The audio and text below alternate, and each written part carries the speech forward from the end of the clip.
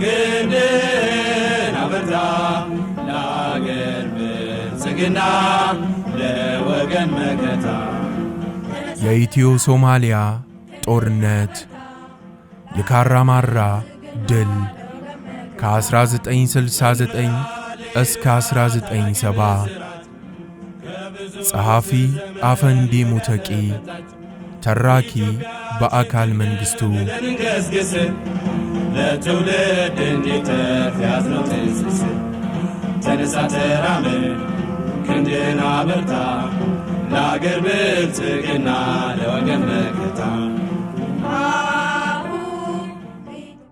የእንግሊዝ ሶማሊላንድ የምትባለው ግዛት በ1952 ነፃነቷን ተቀዳጀች። ከ4 ቀናት በኋላ ደግሞ የኢጣሊያ ሶማሊያ የምትባለው ምድር ነፃ ሆነች። በወቅቱ የተበታተኑትን የሶማሌ ግዛቶች አንድ ላይ ሰብስቦ ታላቋ ሶማሊያ መፍጠር የሚል እሳቤ ይንቀለቀል ስለነበር የሁለቱ ግዛቶች ፖለቲከኞችም የጉዞ መስመራቸውን በዚህ ፈር ለመቀየስ ወሰኑ። በመሆኑም ሁለቱ የሶማሌ ግዛቶች ከ6 ወር በኋላ በመቀላቀል የሶማሌ ሪፐብሊክን መሠረቱ። እነዚያ የሶማሊያ መሪዎች በያዙት መሬት ሳይብቃቁ እያንዳንዱ የሶማሌ መሬት በአዲሲቷ ሶማሌ ስር መግባት አለበት የሚል አቋም እንደ መርህ ያዙ። በመሆኑም ኢትዮጵያ፣ ኬንያና ጅቡቲ የያዙትን መሬቶቻቸውን እንፈልጋለን የሚል ሰበካ ጀመሩ። በዚያ ወቅት ጅቡቲና ኬንያ ነፃነታቸውን አልተጎናጸፉም። ስለዚህ ሶማሌዎቹ ከቀኝ ገዢዎቹ ፈረንሳይና እንግሊዝ ጋር መጋጠም እንደማያዋጣቸው ስላወቁ ትኩረታቸውን በኢትዮጵያ ላይ አደረጉ። ከአንድ ዓመት በኋላም አነስተኛ የሰርጎ ገብ ኃይል በማደራጀት በምስራቅ ኢትዮጵያ ያለውን ቆላማውን የኦጋዴንን ክልል ለመውረር ሞከሩ። ነገር ግን በጀነራል አማን ሚካኤል አንዶም የሚመራው 3ኛው ክፍለ ጦር በ10 ቀናት ውስጥ ሶማሌዎቹን አባረራቸው። ከዚያ በኋላ ሶማሌዎቹ በኢትዮጵያ ላይ የፕሮፓጋንዳ ጦርነት አፋፋሙ። በ1955 የተመሠረተው የአፍሪካ አንድነት ድርጅት ሊገስጻቸው ቢሞክርም እነርሱ ግን ከአድራጎታቸው አልታቀባሉ። መሪያቸው የነበረው አደን አብድላ ኡስማን ዳሂር በአዲስ አበባ በተሰበሰበው የአፍሪካ መንግሥታት ጉባኤ ላይ ኢትዮጵያ መሬታችንን ወስዳለች ሲል ከሰሰ። በአፍሪካ አንድነት ድርጅት ማቋቋሚያ ቻርተርም ላይ የአፍሪካ ሀገራት ከቀኝ ግዛት ነፃ ሲወጡ ያላቸውን ድንበር ይዘው ይቆያሉ የሚለውን አንቀጽ አልፈርምም አለ። በ1957 ደግሞ ሶማሊያ በይፋ በኢትዮጵያ ላይ ጦርነት አወጀች። ይሁንና ጦርነቱ ረጅም ጊዜ ሳይቆይ በኢትዮጵያ አሸናፊነት ተጠናቀቀ። ሶማሊያ ከ1957 ሽንፈት በኋላ ይፋዊ ጦርነቱን ትታ በእጅ አዙር መዋጋቱን ነው የመረጠችው። ለዚህም ይረዷት ዘንድ የኦጋዴን ሶማሌ አርነት ግንባርና የምዕራብ ሶማሌ ነፃነት ግንባር የተባሉ ድርጅቶችን አቋቋመች። የኦጋዴን ሶማሌ አርነት ግንባር ከአሁኑ የኦጋዴን ብሔራዊ ነፃነት ግንባር ጋር አንድ አይደለም። አሁን ያለው ኦብነግ በ1975 ነው የተመሠረተው። የእነዚህ ድርጅቶች ዓላማ የኦጋዴንን ክልል ከኢትዮጵያ ገንጥሎ ወደ ሶማሊያ መቀላቀል ነበር። ይሁንና ድርጅቶቹ ኦጋዴንን ሊገነጥሉት ይቅርና የሚረባ ውጊያ እንኳን ማድረግ አልቻሉም። በዚህም የተነሳ ከሁለቱ ድርጅቶች መካከል በደካማ አቋም ላይ የነበረው የኦጋዴን ሶማሌ አርነት ግንባር ብዙም ሳይራመድ ከስሟል። ምሶነግ ግን እየተንደፋደፈም ቢሆን ውጊያውን ቀጥሏል። ጀነራል ሙሐመድ ዚያድ ባሬ ጥቅምት 1962 በመፈንቅለ መንግሥት ሥልጣን ሲይዙ ደግሞ ሁሉም ነገር ከመሠረቱ ተቀየረ። ሶማሊያ ከኢትዮጵያ የምትፈልገው ኦጋዴንን ብቻ አይደለም ተባለ። በኢትዮጵያ የተወሰደብን መሬት የሐረርጌ፣ ባሌና ሲዳሞ ክፍለ ሀገራትን የሚያጠቃልል ነው የሚል አዋጅ ታወጀ። ይህ ሰፊ ግዛት በጥቅሉ ሶማሊ ገልቤድ ወይንም ምዕራብ ሶማሊያ ተብሎ ተሰየመ። በውስጡ የሚኖሩት ሶማሊ ያልሆኑ ሕዝቦችም ከጊዜ ብዛት ቋንቋቸው ቢቀየርም ጥንት ማንነታቸው ሶማሌ ነው ተብሎ ተነገረ። በሶማሊያ የሚገኙ ኢትዮጵያዊ የፖለቲካ ስደተኞችም አዲሱን መርህ እንዲያቀነቅኑ ተገደዱ። እምቢ ያሉት ደግሞ ወደ እስር ቤት ተወረወሩ። ከዚህ በተጨማሪም በባሌና በሲዳሞ ክፍለ ሀገራት የሚደረገውን ውጊያ የሚያስተባብር የሶማሊያ አቦ ነጻነት ግንባር ወይንም ሶአነግ የተባለ ድርጅት ተመሰረተ። በጥቅሉ የሶማሊያ መንግስት ከአዋሽ ወንዝ በታች ያለው መሬት በሙሉ የኔ ነው የሚል አቋም ማራመድ ጀመረ። ይህ በዚህ እንዳለ የሶማሊያ መንግስት የሶሻሊዝም ተከታይ መሆኑን በይፋ በማወጁ ከሶቪየት ኅብረት ጋር የወታደራዊ ተራድኦ ስምምነት ተፈራረመ። በስምምነቱ መሠረት ከሶቪየት ኅብረት አዳዲስ የጦር መሣሪያዎችን በገፍ አገኘ። ለ7 ዓመታት ያህልም ሰራዊቱን ሲያሰለጥንና ሲያደራጅ ሰነበተ።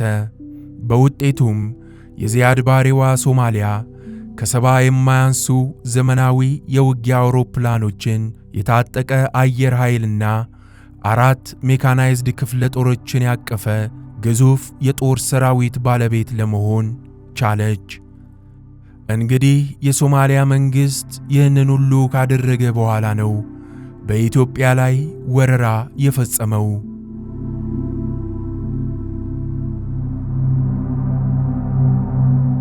የሶማሊያ መንግስት ወረራውን በቀጥታ አልጀመረም።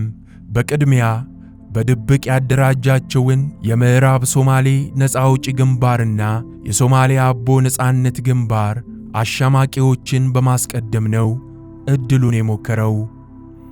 በዚህም መሠረት በመጋቢት ወር 1968 የምሶነግ ተዋጊዎች ከሐርጌሳ መስመር እየተነሱ በኦጋዴንና በደጋማው የሐረርጌ ክፍል ተሰማሩ።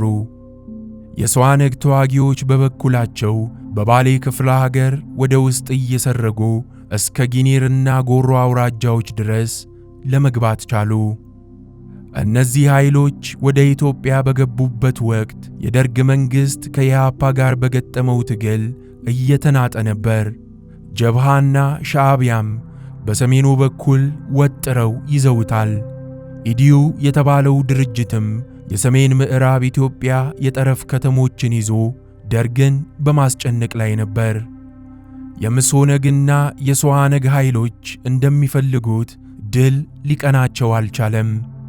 ራቅ ባሉ ጫካዎችና ጥሻዎች ከመመሸግ በስተቀር ወደ ከተሞች እየተጠጉ የኢትዮጵያን ሰራዊት ማስጨነቅ አልቻሉም። በመሆኑም የሲቪል ልብስ የለበሱ የሶማሊያ ሰራዊት አባላት በምሶነግ ውስጥ በብዛት እንዲቀላቀሉ ተደረገ። ነገር ግን ይህኛውም ስትራቴጂ ውጤት ማስገኘት አልቻለም። ሁለቱ የምሶነግና የሶአነግ ኃይሎች በአንድ ዓመት ጊዜ ውስጥ የትኛውንም ከተማ መቆጣጠር ተስኗቸው ነበር። በዚህ ተስፋ የቆረጡት የሶማሊያ የጦር አዝማቾችም ፕሬዝዳንት ዚያድ ባሬ መደበኛ ሰራዊታቸውን እንዲያንቀሳቅሱ ይወተውቷቸው ጀመር።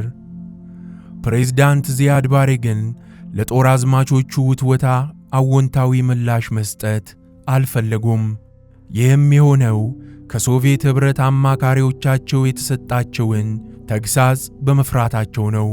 ሶቪየቶቹ ኢትዮጵያን እየወረራችሁ ነው የሚል ስሞታ ሲያቀርቡባቸው እኛ አይደለንም፣ የኦጋዴን ሶማሌዎች ለነጻነታቸው የሚያደርጉት ትግል ነው እያሉ ሲከላከሉ ቆዩ። በግንቦት ወር 1969 ደግሞ ያልተጠበቀ ክስተት ተፈጠረ። የጎዴ ከተማን እንዲያጠቃ የታዘዘ አንድ የምሶነግ ሻለቃ ከኢትዮጵያ ጦር በገጠመው የመከላከል እርምጃ ሙሉ በሙሉ ተደመሰሰ። 300 ያህል ተዋጊዎቹ በአንድ ቀን አለቁበት። በርካቶችም ቆሰሉ። የሽምቅ ተዋጊውን ቡድን እንዲመሩ የተመደቡ 14 የሶማሊያ የጦር መኮንኖችም ከሟቾቹ መሃል ነበሩ። ይህ ክፉ ዜና በሞቃዲሾ ሲሰማ በጦር ኃይሉ ውስጥ ከፍተኛ ቁጣ ቀሰቀሰ።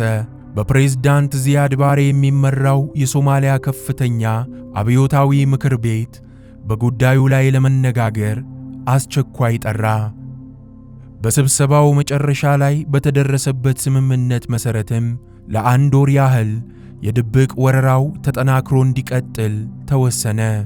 በዚህ ጊዜ ትኩረት የተደረገባቸው ከተሞች በኢትዮ ሶማሊያ ኬንያ ድንበር አቅራቢያ የምትገኘው የዶሎ አዶ ከተማ፣ በደቡባዊ ኦጋዴን የምትገኘው የባሬ ከተማና በደቡባዊ ባሌ ያለው የኤልከሬ ቆላማ ስፍራ ነው።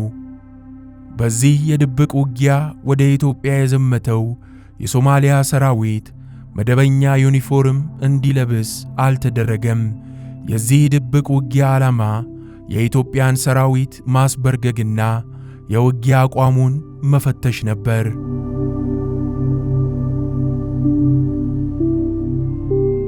ሐምሌ 15 1969 በድብቅ የሚደረግ ማንኛውም እንቅስቃሴ አበቃ። ፕሬዝዳንት ዚያድ ባሬ የታላቋ ሶማሊያ ምስረታ እውነት የሚሆንበት ጊዜ የመጣ መስሎ ታያቸው። በመሆኑም ለዘመናት ሲያደራጁት የነበረው ሰራዊት በሙሉ ኃይሉ ማጥቃት እንዲጀምር ትዕዛዝ ሰጡ። ለዓመታት ለወረራ ሲዘጋጅ የነበረው የሶማሊያ የጦር ኃይል በኢትዮጵያ መሬት ላይ ዘመተ። የሶማሊያ ጦር ወደ ኢትዮጵያ የገባው በሁለት መስመሮች ነው። አንደኛ የኦጋዴን መስመር። በዚህ መስመር ወደ ኢትዮጵያ የገባው የሶማሌ ጦር በኦጋዴን የፌርፌር ከተማ ትይዩ ካለችው የበለድ ወይን ከተማ ነው የተነሳው። የመጨረሻ ግቡ ደግሞ መላውን የኦጋዴን ቆላማ አውራጃዎች መቆጣጠር ነው። ሁለተኛ የዶሎ አዶ መስመር። በዚህኛው መስመር የተሰለፈው ጦር የተነሳው ደግሞ ከሶማሊያዋ የባይዶዋ ከተማ ነው። ዶሎ አዶ ከምትባለው የድንበር ከተማ ከደረሰ በኋላም ለሁለት በመከፈል ወደ ባሌና ሲዳሞ ክፍለ ሀገራት እንዲዘምት ነው የታሰበው። በሁለት የተከፈለው ሰራዊት የመጨረሻው ግብ የባሌ ጎባና ነገሌ ቦረና ከተሞችን መቆጣጠር ነው። ከባይዶዋ አካባቢ የተነሳው የሶማሌ ጦር ይህ ነው የሚባል መከላከል አልገጠመውም። በመሆኑም በሲዳሞ ክፍለ ሀገር ወደ ሰሜን ምዕራብ አቅጣጫ እየገሰገሰ ሄዶ ከነገሌ ቦረና ከተማ 40 ኪሎ ሜትር ርቀት ላይ ደረሰ። በባሌ ክፍለ ሀገር ደግሞ እስከ ዶሎ መና ወይንም መስሎ ከተማ ያለውን መሬት ለመያዝ ቻለ። ሶማሌዎች ውጊያው እንዲህ የቀለላቸው ብዛታቸው ስለረዳቸው አልነበረም። ይልቁንም ኢትዮጵያ በእነዚህ መስመሮች ጠንከር ያለ ሰራዊት ስላልነበራት ነው። የነገሌና የጎባ ከተሞች እንኳን በጠላት እጅ ከመውደቅ የተረፉት የኢትዮጵያ አየር ኃይል ለእግረኛ ተዋጊዎቹ ከፍተኛ የሽፋን እገዛ በማድረጉ ነው። የኢትዮጵያ መከላከያ ኃይል የሶማሊያ ባለጋራውን በአይነ ቁራኛ ሲጠብቅ የነበረው በኦጋዴን መስመር ነበር። በመሆኑም ከበለድ ወይን የተነሳው የሶማሊያ ሰራዊት የኦጋዴን አውራጃዎችን በቀላሉ ለመቆጣጠር አልቻለም። የኢትዮጵያ ተዋጊዎች ኦጋዴንን ላለማስነጠቅ እስከ መጨረሻው ተሟሙተዋል። በተለይም በሐምሌ አጋማሽ 1969 ማብቂያ ላይ የቀብሪ ዳሃር ከተማን ላለማስለቀቅ በተደረገው ትግል በሺህ የሚቆጠሩ ኢትዮጵያውያን ተሰውተዋል።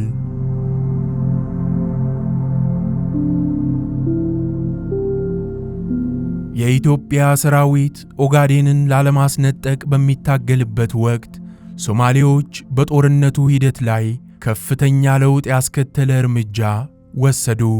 ይህም የሦስተኛ የወረራ ግንባር መክፈት ነው። በዚህ የወረራ ግንባር የተሰማራው የሶማሊያ ሰራዊት የተነሳው ከሰሜን ሶማሊያዋ የሐርጌሳ ከተማ ነው። የመጨረሻ ግቡ ደግሞ የሐረርና የድሬዳዋ ከተሞችን ጨምሮ የደጋማዋን የሐረርጌ ክፍል መቆጣጠር ነው። በሦስተኛው ግንባር የተሰማራው የሶማሊያ ጦር በብዛቱ በሌሎች ግንባሮች ከዘመተው ይበልጣል። በጣም ምርጥ የተባሉ የጦር መሳሪያዎችንም ታጥቋል። ሶማሊያ ካላት 4 ሜካናይዝድ ክፍለ ጦሮች መካከል 2ቱ በዚህ ግንባር ተሰልፈዋል። የሶማሊያ አየር ኃይልም ሙሉ በሙሉ ትኩረቱን በዚህ ግንባር ላይ አድርጓል። የሶማሊያ የፕሮፓጋንዳ ኃይሎችም ሐረር ተከበበች፣ ድሬዳዋ ተያዘች እያሉ ማሸበር ጀምረዋል። የኢትዮጵያ መንግሥት አመራሮች ሶማሊያ በሦስተኛው ግንባር ውጊያ ትከፍታለች ብለው አልጠበቁም ነበር። በመሆኑም ወረራውን ለማስቆም ምን ዓይነት እርምጃ መውሰድ እንዳለባቸው ከውሳኔ ላይ ለመድረስ ተቸገሩ። የሶማሊያ ጦር የመጨረሻ ጉዞ የት ሊሆን እንደሚችል ማወቅ ተሳናቸው። በመሆኑም ሊቀመንበር መንግሥቱና ሌሎች ጓዶቻቸው በጉዳዩ ዙሪያ ለመወሰን አስቸኳይ ስብሰባ ተቀመጡ። በስብሰባው ላይ የሶቪየት አማካሪዎችም ተገኝተው ነበር። ስብሰባው በዝግ ከተደረገ በኋላ ኦጋዴንን በስልታዊ ማፈግፈግ መልቀቅና ድሬዳዋና ሐረርን ማዳን የሚለው ሐሳብ ተቀባይነት አገኘ። ስለዚህ የኢትዮጵያ ጦር ከኦጋዴን ለቆ በጅጅጋና ጉርሱም አውራጃዎች ውስጥ እንዲሰፍር ተደረገ።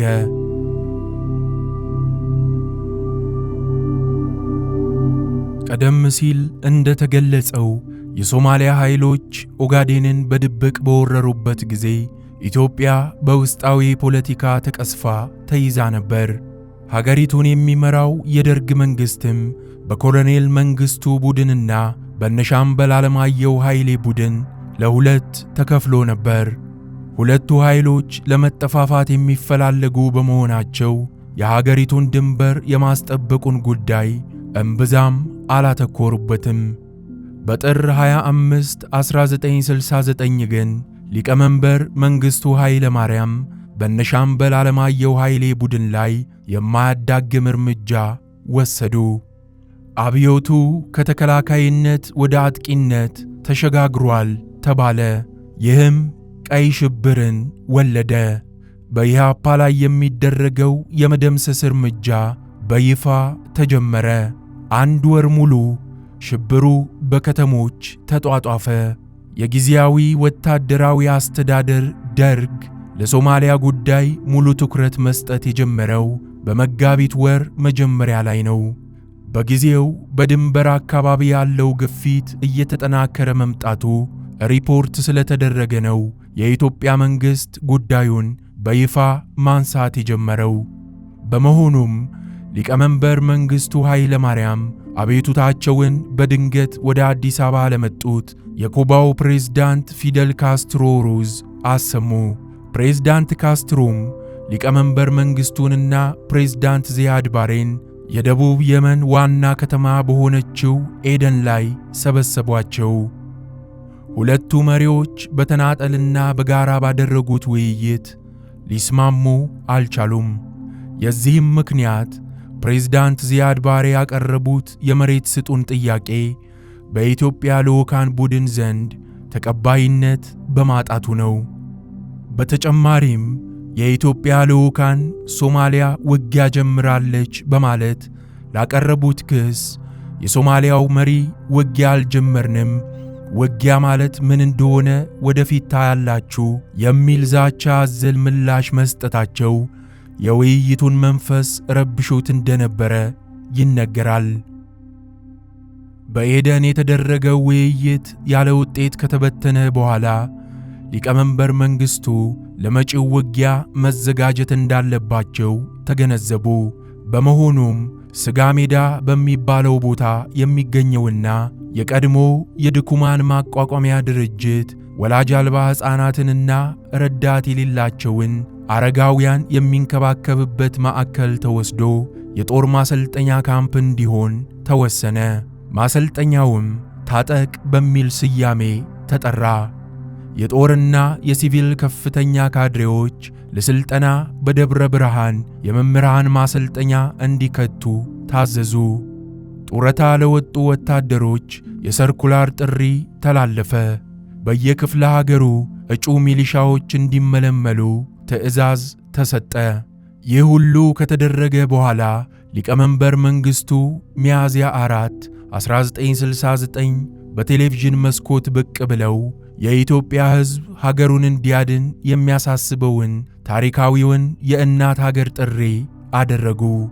ጥሪውን የሰማው የአዲስ አበባ ሕዝብም ድጋፉን ሚያዝያ 6 1969 ዓመተ ምህረት በአብዮት አደባባይ ባደረገው ሰላማዊ ሰልፍ ገለጸላቸው። በክፍለ ሀገር ከተሞችም የድጋፍ ሰልፎች ተደረጉ። በቀበሌ ደረጃ በተዋቀሩ የእናት ሀገር ጥሪ አስተባባሪ ኮሚቴዎች አማካኝነትም ለሰራዊቱ ስንቅ የሚሆኑ ደረቅ የምግብ አይነቶችን በሶ፣ ቆሎ፣ ዳቦ ቆሎ፣ ብስኩት ወዘተ ማዘጋጀት ተጀመረ። እንደ ኩባያ፣ ሳህን፣ ማንኪያ፣ ድስት ወዘተ የመሳሰሉ ቁሳቁሶችም የማብሰያና የመሰብሰቢያ ዕቃዎችም ከሕዝቡ ተሰበሰቡ። ኢትዮጵያ የሥልጠና ዝግጅቷን ካጧጧፈች በኋላ ሰኔ 19 ቀን 1969 ዓመተ ምህረት ለመጀመሪያ ጊዜ ታላቅ ወታደራዊ ሰልፍ አሳየች። ከዚህ ጎን ለጎን በመገናኛ ብዙሃን የሚደረገው የፕሮፓጋንዳ ጦርነት ተፋፍሞ ቀጠለ። የወታደራዊ ሰልፉም ሆነ የፕሮፓጋንዳ ጦርነቱ ዓላማ በሶማሊያ ላይ የሥነ ልቦና ሽብር መፍጠር ነበር። ነገር ግን ሶማሌዎች ለኢትዮጵያ የሥነ ልቦና ጦርነት ተበግረው ወረራውን ከመፈጸም አልተቆጠቡም። የዚህም ምክንያቱ የኢትዮጵያ ሰራዊት የሰው ብዛት እንጂ ለውጊያ የሚረዱ ዘመናዊ መሳሪያዎችን ያልታጠቀ መሆኑን የሚያውቁ መሆናቸው ነው።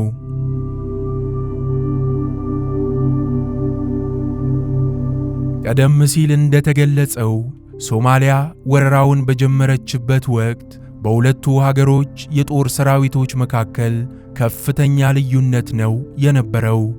ለምሳሌ የሶማሊያ የምድሩ ጦር አወቃቀር ይህን ይመስል ነበር። የሶማሊያ እግረኛ ክፍለ ጦር 8 ሲሆን ኢትዮጵያ ግን 4 ክፍለ ጦር ነው የነበራት።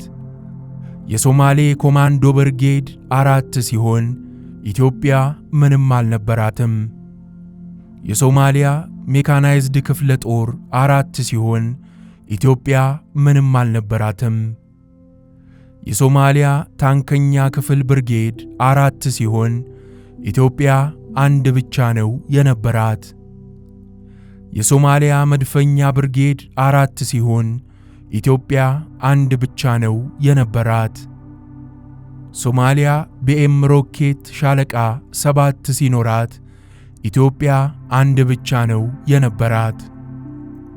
ሶማሊያ የቀላል ሚሳኤል አየር መቃወሚያ ሻለቃ 5 ሲኖራት ኢትዮጵያ ምንም አልነበራትም። ሶማሊያ የታጠቀችው የከባድ መሳሪያ አይነትና ብዛትም የሚከተለው ነው። የሶማሊያ ብረት ለበስ ተሽከርካሪዎች 253 ሲሆኑ ኢትዮጵያ 51 ነበራት። የሶማሊያ ታንኮች 608 ሲሆኑ ኢትዮጵያ 132 ነበራት። የሶማሊያ መድፎች 260 ሲሆኑ ኢትዮጵያ 48 ነበራት። የሶማሊያ ቢኤም ሮኬቶች 125 ሲሆኑ ኢትዮጵያ 1 ብቻ ነበራት። የሶማሊያ አየር መቃወሚያ ሚሳኤሎች 75 ሲሆኑ ኢትዮጵያ ምንም አልነበራትም። ሶማሊያ ተዋጊ አውሮፕላኖች 65 ሲኖሯት ኢትዮጵያ 8 ብቻ ነው የነበራት። ኢትዮጵያ ያኔ የታጠቀችው አሜሪካ በሁለተኛው የዓለም ጦርነት ወቅት የሰራቻቸውን ቲቱ ታንኮችን ናቸው። የሰራዊቱ የነፍስ ወከፍ መሳሪያዎችም ካርባይንና ኤም1 የሚባሉ አሮጌ ጠመንጃዎች ነበሩ። በመሆኑም የሶማሊያ ሰራዊት በመሳሪያ ብዛት ብቻ ሳይሆን በጥራትም ብልጫ ነበረው። ኢትዮጵያ ከሚያዝያ ወር መጨረሻ ጀምሮ የመሳሪያ ልመናውን ጉዳይ አጠናክራ ቀጥላለች። ሊቀመንበር መንግስቱ በየመን ከተደረገው ውይይት በኋላ ለመሳሪያ ጥየቃ ወደ ሶቪየት ኅብረት ተጓዙ። ሆኖም የክሬምሊን መንግስት በቀላሉ ፊት አልሰጣቸውም። ይህም የሆነው በሁለት ምክንያቶች ነው። አንደኛው ምክንያት ሶቪየት ኅብረት ከሶሻሊስቷ ሶማሊያ ጋር የወታደራዊ ተራድኦ ስምምነት የነበራት መሆኑ ነው። ሁለተኛው ምክንያት ደግሞ ሶቪየቶች በኢትዮጵያ በመካሄድ በነበረው ለውጥ ላይ ጥርጣሬ የነበራቸው መሆኑ ነው። በመሆኑም ሊቀመንበር መንግስቱ ሶቪየትን ትተው ወደ ሌሎች የምስራቅ አውሮፓ ሀገሮች ተጓዙ። ይሁንና ከነዚህም አገራት መሳሪያ ለማግኘት የሶቪየትን ጥቅሻ ይፈልግ ስለነበር በለስ ሊቀናቸው አልቻለም። ሊቀመንበር መንግስቱ ከሶቪየት ወደ ቻይና ሲያመሩ ግን ያላሰቡት ዕድል ገጠማቸው። የቻይና መሪዎች ከሶቪየትም ሆነ ከሶማሊያ መሪዎች ጋር የማይጣጣሙ በመሆናቸው ለኢትዮጵያ የመሳሪያ ጥያቄ አዎንታዊ ምላሽ ለመስጠት አላመነቱም።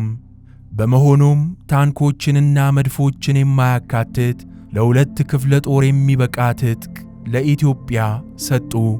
እንደ ቻይና ሁሉ ከሶቪየት መሪዎች ጋር የማይጣጣሙት የዩጎዝላቪያው መሪ ጆሴፍ ብሮዝ ቲቶም የኢትዮጵያ አርበኞች ከዩጎዝላቪያ ጓዶች ጋር የነበራቸውን የጋራ የትግል ወኔ በማስታወስ 70 አሜሪካ ሰራሽ ታንኮችንና እጅግ በርካታ ቀላል መሳሪያዎችን ከበቂ ጥይቶች ጋር አበረከቱ። በሌላ በኩል ሊቀመንበር መንግስቱ ለአሜሪካ መሪዎችም የመሳሪያ ሽጡልን ጥያቄ ማቅረባቸውን ይናገራሉ። ይህም የተደረገው በኢራንና በእስራኤል በኩል በተደረጉ ሚስጥራዊ ግንኙነቶች አማካኝነት ነው። አሜሪካኖቹ ለመሳሪያ ግዢ የሚያስፈልገውን ገንዘብ ከተቀበሉ በኋላ ጥቂት የመጓጓዣ አውሮፕላኖችን፣ ራዳሮችን፣ ጸረ ታንክ መሳሪያዎችንና 12 መድፎችን ሰጡ። ሆኖም ከአንድ ወር በኋላ ያለምንም ቅድመ ማስታወቂያ የመሳሪያ ሽያጩን አቆሙ። አሜሪካኖቹ ለግዢው መቋረጥ የሰጡት ምክንያት ግልጽ አይደለም። ነገር ግን ሶሻሊዝምን በማወጃችን በዚህ ቂም ይዘው ነበር ይላሉ ሊቀመንበር መንግስቱ።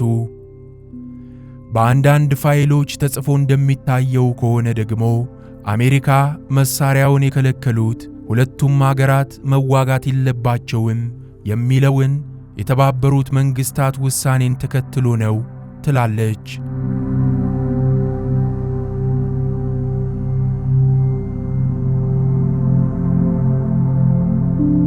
ሶማሊያ የሶሻሊዝም ተከታይ መሆኗ የታወጀው ፕሬዝዳንት ዚያድ ባሬ በመንግስት ግልበጣ ስልጣን በያዙ በዓመቱ ማለትም እንደ አውሮፓውያን አቆጣጠር በ1970 ነው። በዚህ አዋጅ መሰረት ነው ሀገሪቱ ከሶቪየት ኅብረት ከፍተኛ የጦር መሳሪያ ለማግኘት የበቃቸው። በ1967 ቀዳማዊ ኃይለ ሥላሴን ከስልጣን ያወረደው የጊዜያዊ ወታደራዊ አስተዳደር ደርግ በታኅሳስ ወር 1967 ዓመተ ምህረት ኢትዮጵያ የሳይንሳዊ ሶሻሊዝም ሥርዓት ተከታይ ሀገር መሆኗን ቢያውጅም የሶቪየቶችን ሙሉ ይሁንታ ለማግኘት ቸግሮት ቆይቷል። ሶቪየቶች የኢትዮጵያ ወታደራዊ መሪዎችን እንደ ሀገር ወዳድ አብዮታውያን እንጂ እንደ እውነተኛ ኮሚኒስቶች ለመቀበል ተቸግረው ነበር። በመሆኑም ቀደም ሲል እንደተገለጸው የሶማሊያ ወረራ ባንዣበበበት ወቅት ሀገራችን ከአሜሪካም ሆነ ከሶቪየት ኅብረት የጦር መሳሪያዎችን ለማግኘት አልቻለችም። ሚያዝያ ወር 1969 በዚህ ወር የኢትዮጵያ መሪዎች አንድ ያልታሰበ ፖለቲካዊ እርምጃ ወሰዱ። ይህም በኢትዮጵያ የሚገኙ የአሜሪካ ወታደራዊና ሲቪል ተቋማት እንዲዘጉ ማድረጋቸው ነው። በዚህ መሰረት በአስመራ የሚገኘው የቃኘው ወታደራዊ መረጃ ጣቢያ ወይንም ቃኘው ስቴሽን በምጽዋ የነበረው የአሜሪካ የባህር ኃይል መደብ ወይንም በተለምዶ ናምሩ የሚባለው በአዲስ አበባ የነበረው የአሜሪካ ወታደራዊ አማካሪ ቡድን ወይንም ማግ የአሜሪካ የማስታወቂያ አገልግሎት USIS ተዘጎ። በማስከተልም በአሜሪካ የሰብአዊ እርዳታ አገልግሎት ድርጅቶች ላይ ገደብ ተጣለ። የኢትዮጵያ መሪዎች አሜሪካዊ ተቋማትን ለመዝጋት የወሰኑት ሆን ተብሎ የሶቪየቶችን ቀልብ ለመግዛት በተወጠነ ዕቅድ አይደለም። ነገሩ የተከሰተው ፕሬዝዳንት ጂሚ ካርተር ኢትዮጵያ አስቀድማ የከፈለችበት የጦር መሳሪያ ሽያጭ እንዲታገድ በማድረጋቸው ነው። በጊዜው አሜሪካ የሶማሊያ ደጋፊ ባትሆንም በኢትዮጵያ ውስጥ ሶሻሊዝም በመታወጁ ከአገራችን ጋር የነበራትን ግንኙነት አለዝባ ነበር። የመሳሪያ ሽያጩን የሚያገደችው በኢትዮጵያ መንግሥት ላይ መተማመን በማጣቷ ነው። የኢትዮጵያ መሪዎች በአሜሪካ ተቋማት ላይ በወሰዱት እርምጃ የሶቪየት መሪዎች በኢትዮጵያ ላይ የነበራቸው እይታ በአንድ ጊዜ እንዲቀየር ነው ያደረጉት። በመሆኑም የሶቪየት ኅብረት መሪዎች ያዝ ለቀቅ ሲያደርጉት የነበረውን የኢትዮ ሶማሊያ አጀንዳ እንደ ራሳቸው ጉዳይ በመቁጠር ቅድሚያ ሰጡት። በግንቦት ወር 1969 ጓድ ሊቀመንበር መንግሥቱ ኃይለ ማርያም ሞስኮን እንዲጎበኙ ተጋበዙ። በዚህ ፕሮግራም ከጓድ ሊዮኒድ ብሬዥኔቭ ጋር ከፍተኛ መግባባት ላይ ደረሱ። በመስከረም ወር በድብቅ በተያዘ ፕሮግራም አማካኝነት ሶቪየት ኅብረት ኢትዮጵያ ላቀረበችው የወታደራዊ መሳሪያዎችና የቴክኒክ ድጋፍ ጥያቄዎች ሙሉ ምላሽ ሰጠች። ሶቪየቶች ይህንን ያደረጉት ከረጅም ዘመናት የአሜሪካ ተጽዕኖ የተላቀቀችው ኢትዮጵያ እንደገና ተመልሳ የአሜሪካ አጋር እንዳትሆን በመሻታቸው ነው። አሜሪካ ለቃ በወጣችው የቀይ ባህር አምባ ላይም የራሳቸውን መረብ መዘርጋት ይፈልጉም ነበር። ሶቪየት ኅብረት ይህንን ስታደርግ ከሶማሊያ መሪዎች ተቃውሞ እንደሚመጣባት አላጣችውም። ነገር ግን ሶማሌዎቹ በነበራቸው ከገደብ ያለፈ የመሬት ጥያቄ ተሰላችታ ስለነበር ለተቃውሞውም ብዙም ግድ አልሰጣቸውም። ለዚህም ነው በቅድሚያ ኢትዮጵያን ይዛ ሶማሌዎቹን ይህንን ነገር ብትተዉት ይሻላችኋል ማለቱን ነው የመረጠችው። ታዲያ የሶማሊያ መሪዎች የሶቪየትን እርምጃ እንደ ክህደት ነው የቆጠሩት። በመሆኑም በወረራው ማግስት ማለትም በህዳር ወር 1970 ዓመተ ምህረት በሀገራቸው ውስጥ የነበሩትን ከ2000 የማያንሱ የሶቪየት የሲቪልና ወታደራዊ አማካሪዎችን፣ የሚዲያ ሰዎችን፣ ቴክኖራቶችንና በነዳጅ ፍለጋ ላይ የተሰማሩ ሰራተኞችን ከነቤተሰቦቻቸው አባረሩ። የሶማሊያና የሶቪየት ኅብረት ግንኙነትም ለአንዴና ለመጨረሻ ጊዜ ተበጠሰ።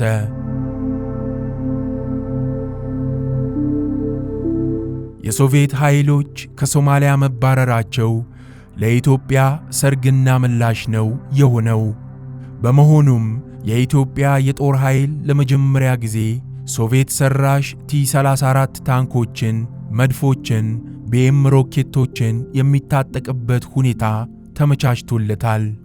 አሮጌ የነፍስ ወከፍ መሳሪያዎቹ በክላሽንኮቭ ወይንም AK-47 እና SS እንደሚተኩም ቃል ተገብቶለታል። የገርኖቭ መትረየሶችና ላውንቸሮችም ከሶቪየት ኅብረት እንደሚመጡ ተነግሯል።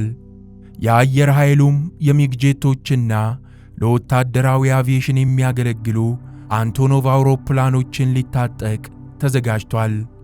ይሁንና ኢትዮጵያ ቃል የተገባላትን መሳሪያ በቶሎ ለማግኘት አልቻለችም። በመሆኑም ከሐምሌ 1969 እስከ ህዳር 1970 ድረስ ድሮ በነበሯትና ከቻይናና ከዩጎዝላቪያ ባገኘቻቸው መሳሪያዎች መከላከል ነበረባት። ኩባ 45000 የሚሆን ቺቺ የሚባለውን ባለአገልግል ጠመንጃ ለኢትዮጵያ ብትሰጥም መሳሪያው ጥይት እየነከሰ ስለሚያስቸግር ለውጊያ መጠቀም አልተቻለም። ሊቀመንበር መንግሥቱ እንደሚሉት እነዚያ ጠመንጃዎች በመጋዘን ውስጥ ከቆዩ በኋላ እነ ጀነራል ፋራህ ሃይዲድ በፕሬዝዳንት ዚያድ ባሬ ላይ ሲያምፁ በእርዳታ ተሰጥቷቸዋል። በሌላ በኩል ኢትዮጵያ የሶቪየትና የሌሎች ሶሻሊስት ሀገራት መሳሪያዎች በፍጥነት ቢመጡላት እንኳን መሳሪያዎቹን ወዲያውኑ በጥቅም ላይ ለማዋል የምትችልበት ሁኔታ አልነበረም። ምክንያቱ ደግሞ መሳሪያዎቹ ለኢትዮጵያ ሰራዊት አዲስ በመሆናቸው ስለ አጠቃቀማቸው ማወቁ ጊዜን የሚጠይቅ በመሆኑ ነው። ከዚሁ ጎን ለጎንም የኢትዮጵያ መደበኛ ሰራዊትና የአየር ኃይል ከፍተኛ የውጊያ ስልጠና ያስፈልገው ነበር። የኢትዮጵያ መሪዎች ከላይ የተጠቀሱትን ሁኔታዎች ካጤኑ በኋላ ሁለት ውሳኔዎችን ወሰኑ። አንደኛው መደበኛ ሰራዊቱን ለማጠናከር የሚረዳ ተጨማሪ ኃይል በብዛት ተመልምሎ በስልጠና ላይ እንዲቆይ የሚል ነው። ሁለተኛው በታጠቅ ካምፕ ሲሰለጥን የነበረው የሚሊሻ ሰራዊት በቶሎ ወደ ግንባር ተልኮ ወረራውን በመከላከል ላይ የነበረውን ሰራዊት እንዲያግዝ የሚል ነው። በተጨማሪም ሚሊሻውን የማሰልጠኑ ተግባር በየክፍለ ሀገሩ እንዲጀመር ተደርጓል። የኢትዮጵያ መሪዎች የወሰዱት እርምጃ ከወታደራዊ ስልት አንጻር ሲታይ በጣም ትክክል ነው ተብሎ ተወድሷል። ከላይ እንደተገለጸው የኢትዮጵያ መደበኛ ሰራዊት በብዙ እጥፍ የሚበልጠውን የሶማሊያ ሰራዊት ከአገሩ ለማባረር የተጠናከረ ስልጠና ይፈልጋል። የውጊያ ስልጠናውን ካጠናቀቀ በኋላም ከሶቪየት ሰራሽ መሳሪያዎች ጋር እስኪተዋወቅ ድረስ በቂ ልምምድ ማድረግ ይኖርበታል። ለዚህ ደግሞ በቂ ጊዜ ይሰጠው ዘንድ የግድ ይላል። በተለይ የከባድ መሳሪያ ተኳሾችንና የአውሮፕላን አብራሪዎችን በአጭር ጊዜ ለውጤት ማብቃት አይቻልም። ስለዚህ እነርሱ እስኪሰለጥኑ ድረስ የእነርሱን ቦታ ሸፍኖ የሚዋጋ ኃይል መኖር ነበረበት። ይህንን ለማድረግ የተሻለው አማራጭም የሚሊሻ ሰራዊቱን በፍጥነት አሰልጥኖ ወደ ግንባር ማሰማራት ነው።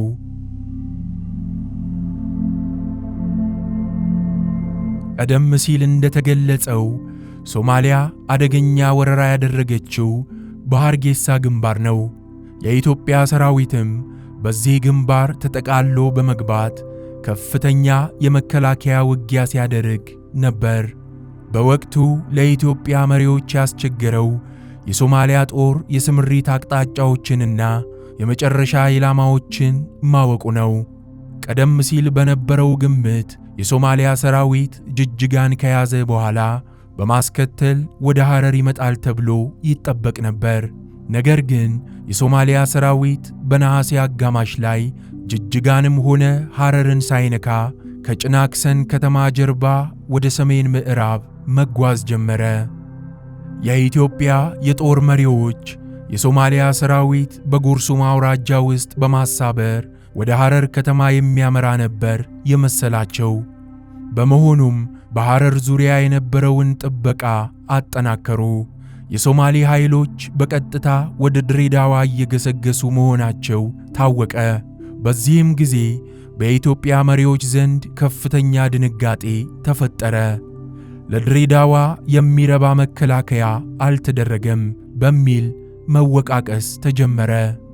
ሊቀመንበር መንግስቱ ኃይለ ማርያም በነገሩ ዙሪያ ከጦር መሪዎቻቸው አስቸኳይ ስብሰባ ካደረጉ በኋላ በከተማዋ የነበሩትን 2 ሚሊሻ ክፍለ ጦሮችን አንድ ነበልባል ብርጌድ ከከተማዋ ወጥተው የመከላከያ ምሽጋቸውን እንዲያበጁ ትዕዛዝ ተላለፈ። ከነዚህ ኃይሎች ጋር ተደራቢ ሆኖ የሚዋጋ አንድ ሜካናይዝድ ብርጌድም በአፋጣኝ ተመደበ። ከዩጎዝላቪያ የተገኙት 7 ታንኮችም በዚህ ግንባር እንዲሰለፉ ተደረገ።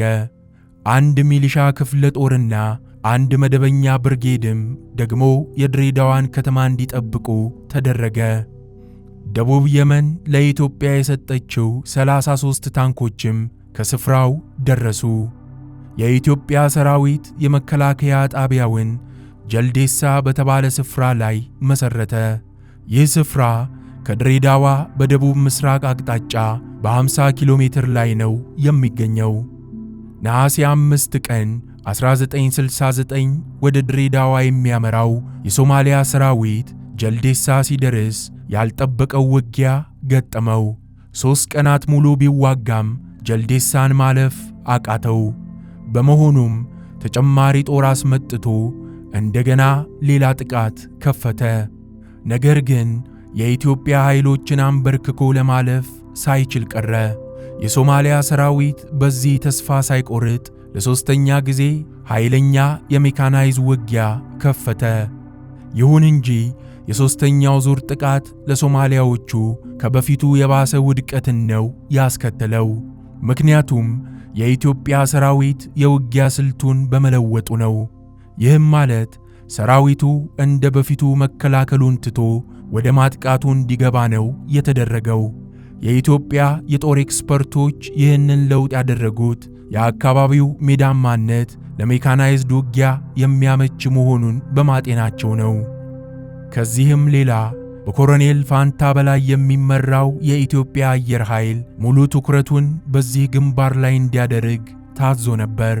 እነ ኮሎኔል አሸናፊ ገብረ ጻዲቅ፣ ኮሎኔል ለገሰ ተፈራና ኮሎኔል በዛብህ ጴጥሮስን የመሳሰሉ ተዋጊዎች የሶማሊያን ሰራዊት ከአየር ወደ ምድር ቀጥቅጠውታል። በመሆኑም የሶማሊያ ጦር ያልጠበቀው ሽንፈት ገጥሞታል። ለውጊያው ካሰለፋቸው ታንኮች መካከልም ብዙዎቹ ተቃጥለውበታል።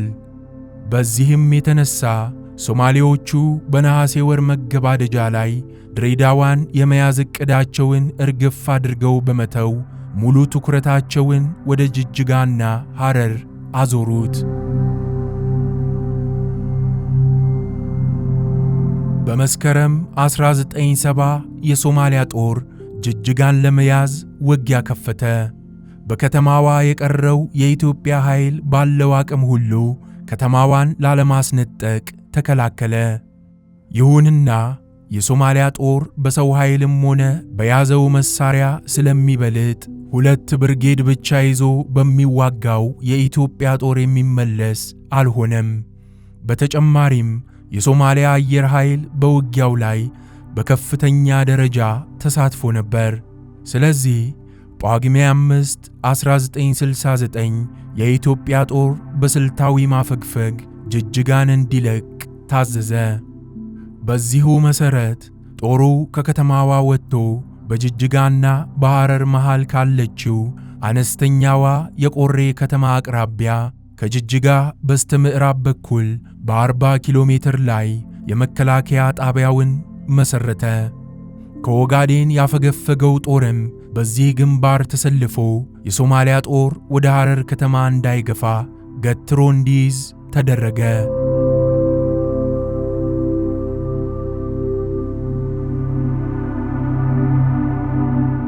የሶማሊያ ሰራዊት ከምስራቅና የደቡብ ኢትዮጵያ ከተሞች መካከል ከፍተኛ ትኩረት ያደረገው በሐረር ላይ ነው።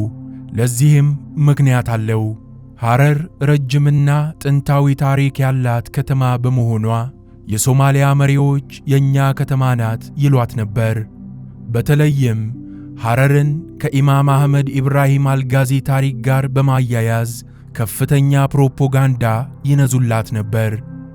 በሁለተኛ ደረጃ ሐረር የዘመኑ ትልቁና ሀብታሙ የኢትዮጵያ ክፍለ ሀገር የነበረው የሐረርጌ ዋና ከተማ ነበረች።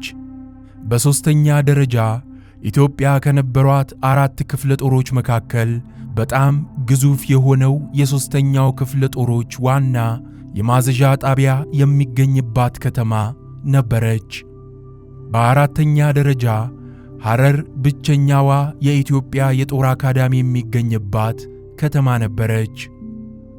የሶማሊያ መሪዎች ይህንን ሁሉ በማመዛዘን ነው ሐረርን የትልቋ የድል ብስራት ማወጃ ማዕከል በማድረግ ያተኮሩባት። የሶማሊያ ጦር ሐረርን የመያዝ ጥረቱን የጀመረው በጥቅምት ወር መጀመሪያ ላይ ነው። ውጊያውንም የጀመረው ከሐረር በስተ ምስራቅ በ70 ኪሎ ሜትር ከጅጅጋ በስተ ምዕራብ በ40 ኪሎ ሜትር ርቀት ላይ ባለው የቆሬ ግንባር ነው።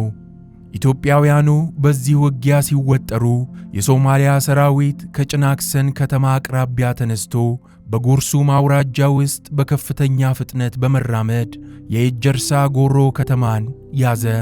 በዚህም ሳያበቃ ኃይሉን ለ3 በመክፈል አንደኛውን ቡድን በትንሿ የፈላና ከተማ አቅጣጫ ወደ ሐረር ላከው። ሁለተኛው ኃይል ከሐረር በስተ ሰሜን በመገስገስ የኮምቦልቻ ከተማን ከያዘ በኋላ ወደ ሐረር መግፋት ጀመረ። ሦስተኛው ኃይል ማንንም ባስደነቀ የጦር ሜዳ ጥበብ ወደ ምዕራብ አቅጣጫ ተጉዞ ከሐረር በስተ ምዕራብ ካለችው የኤዴሌ ከተማ አጠገብ ደረሰ። የዚህኛው ግብረ ኃይል ዓላማ የኢትዮጵያ ሰራዊት ከድሬዳዋ አቅጣጫ ድጋፍ እንዳይመጣለት መከላከልና ሐረርን ከጀርባ መክበብ ነው። የኢትዮጵያ ሰራዊት ሐረርን ላለማስነጠቅ ከፍተኛ ተጋድሎ ማድረግ ጀመረ። ለውጊያው ከተሰለፈው ኃይል በተጨማሪ በተጠባባቂነት የተያዙ የመደበኛና የሚሊሻ ሰራዊት አባላት በሙሉ ሐረርን ለመከላከል እንዲሰማሩ ታዘዙ። ነገሮች ሁሉ እንዲህ በከረሩበት ጊዜ ደግሞ የሶማሊያ ሰራዊት አንድ ግብረ ኃይል ሌላ ያልታሰበ የውጊያ ግንባር ከፈተ።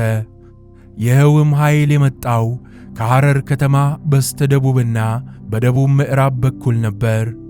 በዚህ በኩል ወደ ሐረር የደረሰው የሶማሊያ ሰራዊት ከሁለት አካባቢዎች ነበር የተነሳው። የአንደኛው መነሻ በባሌ ክፍለ ሀገር የምትገኘው የኤልከሬ ከተማ ናት። ከዚያች ከተማ የተነሳ አንድ የሶማሌ ብርጌድ ሽቅብ ወደ ላይ እየተጓዘ የዋቢ ሸበሌን ወንዝ በማቋረጥ ከሐረር ከተማ በደቡብ ምስራቅ አቅጣጫ ከምትገኘው ትንሿ የፊቅ ከተማ ገባ። ሁለተኛው ኃይል ደግሞ በኦጋዴን ካለችው የደጋቡር ከተማ ከተነሳ በኋላ ወደ ሰሜን ምዕራብ አቅጣጫ እየገሰገሰ ፊቅ ከተማ ደረሰ። እነዚህ ሁለት ኃይሎች አንድ ላይ በመጣመር በቀድሞው የሐረር ዙሪያ አውራጃ ውስጥ ካለው የፈዲስ ወረዳ ከገቡ በኋላ ለሁለት ተከፈሉ። አንደኛው ኃይል የሰሜን ምስራቅ አቅጣጫን በመያዝ ሐረርን በደቡብ ምስራቅ የሚያዋስነውን የሐኪም ጋራ እንዲቆጣጠር ግዳጅ ተሰጠው። ሁለተኛው ኃይል ቀጥታ ወደ ሰሜን እየተጓዘ የሐረር ከተማ ምዕራባዊ ድንበር የሆነውን የአቦከር ተራራን እንዲይዝ ታዘዘ። የሶማሊያ ኃይሎች ፍጥነት በታየበት በዚህ ዘመቻቸው ሐረርን ሙሉ በሙሉ ለመክበብ ቻሉ። አልፎ ተርፎም በደቡብና በሰሜን በምዕራብ የመጡት ግብረ ኃይሎች መድፎቻቸውን የሐረር ከተማ ተጎራባች በሆኑት የአው ሐኪምና የድሬ ጠያራ ቀበሌዎች ውስጥ በማስቀመጥ ከተማዋን መደብደብ ጀመሩ። ኮሎኔል መንግሥቱ በመጽሐፋቸው ገጽ 472 ላይ የሶማሊያ ጦር ሐረርን ያዘ ይላሉ። አንዳንድ ምንጮች ደግሞ የሐረር ከተማ የተወሰኑ ክፍሎች በሶማሊያ ሰራዊት ቁጥጥር ስር ወድቀው ነበር በማለት ጽፈዋል። ይሁንና በሐረር ከተማ ቆይታዬ ያነጋገርኳቸው የከተማዋ ነዋሪዎችና የያኔው የኢትዮጵያ ሰራዊት አባላት የሐረር ከተማ ከሁሉም አቅጣጫዎች ብትከበብም በሶማሊያ ሰራዊት እንዳልተያዘች አረጋግጠውልኛል። የሶማሊያ ሰራዊት ሐረርን ቢይዝ ኖሮ ከተማዋን ማስመለስም ሆነ ለቀጣዩ ጦርነት የኢትዮጵያን ሰራዊት መልሶ ማደራጀቱ በጣም አስቸጋሪ ይሆን ነበር። የሶማሊያ ጦር ከሐረር ከተማ በ4 ኪሎ ሜትር ርቀት ላይ ደርሷል። ታዲያ ከተማዋን ለመያዝ ያልቻለበት ምክንያት ምንድነው? 3 ምክንያቶች አሉ። አንደኛው ኢትዮጵያ በስልጠና ላይ የነበረውን የሚሊሻ ጦር በከፊል አስመርቃ በውጊያው እንዲሳተፍ ለማድረግ መቻሏ ነው። በሁለተኛ ደረጃ ደግሞ የኢትዮጵያ ሰራዊት በሌሎች የሀገሪቱ አካባቢዎች የነበሩትን የጦር ኃይሎች በፍጥነት አጓጉዞ በመከላከሉ ውጊያ ተሳታፊ እንዲሆኑ ለማድረግ መቻሉ ይጠቀሳል። ይሁንና እነዚህ 2 ምክንያቶች እንደ ደጋፊ ተደርገው የሚወሰዱ እንጂ ዋናዎቹ ምክንያቶች አይደሉም። ሐረርን በሶማሊያ ወራሪ ሰራዊት ከመወሰድ የዳነችበት ዋነኛ ምክንያት የኢትዮጵያ አየር ኃይል ያደረገው ተጋድሎ ነው። ቀደም ሲል እንደተገለጸው የኢትዮጵያ አየር ኃይል በወቅቱ ጥቂት የጦር አውሮፕላኖች ናቸው የነበሩት። ከሶቪየት የተገኙት አውሮፕላኖችም በዚያን ጊዜ ወደ ሀገር ቤት አልገቡም። ነገር ግን የአየር ኃይሉ አብራሪዎች በጣም የተዋጣላቸው በመሆናቸው ኢላማቸውን ሳይስቱ ይመቱ ነበር። በድሬዳዋ ጀልዴሳ ግንባር በርካታ ታንኮችን ከጥቅም ውጪ እንዳደረጉት ሁሉ በዚህም ግንባር የሶማሊያ መድፎችንና ሞርታሮችን በመደምሰስ ከኢላማቸው አሰናክለዋል። ታዋቂው የኢትዮጵያ አየር ኃይል አብራሪና የህብረተሰባዊት ኢትዮጵያ ከፍተኛ ሜዳይ ተሸላሚ ብርጋዴር ጀነራል ለገሰ ተፈራ ብቃቱን ካሳየባቸው ግዳጆች አንዱ ያ ሐረርን ለመከላከል የተደረገው ውጊያ ነው። በነገራችን ላይ የሶማሊያ ሰራዊት ሐረርን ለመያዝ በተደረገው ዘመቻ መድፍና የቤም ሮኬቶችን እንጂ ታንክ መጠቀሙ አልተዘገበም። ይህም የአካባቢው ተራራማነት ለሜካናይዝድ ውጊያ የማያመች በመሆኑ ይመስለኛል።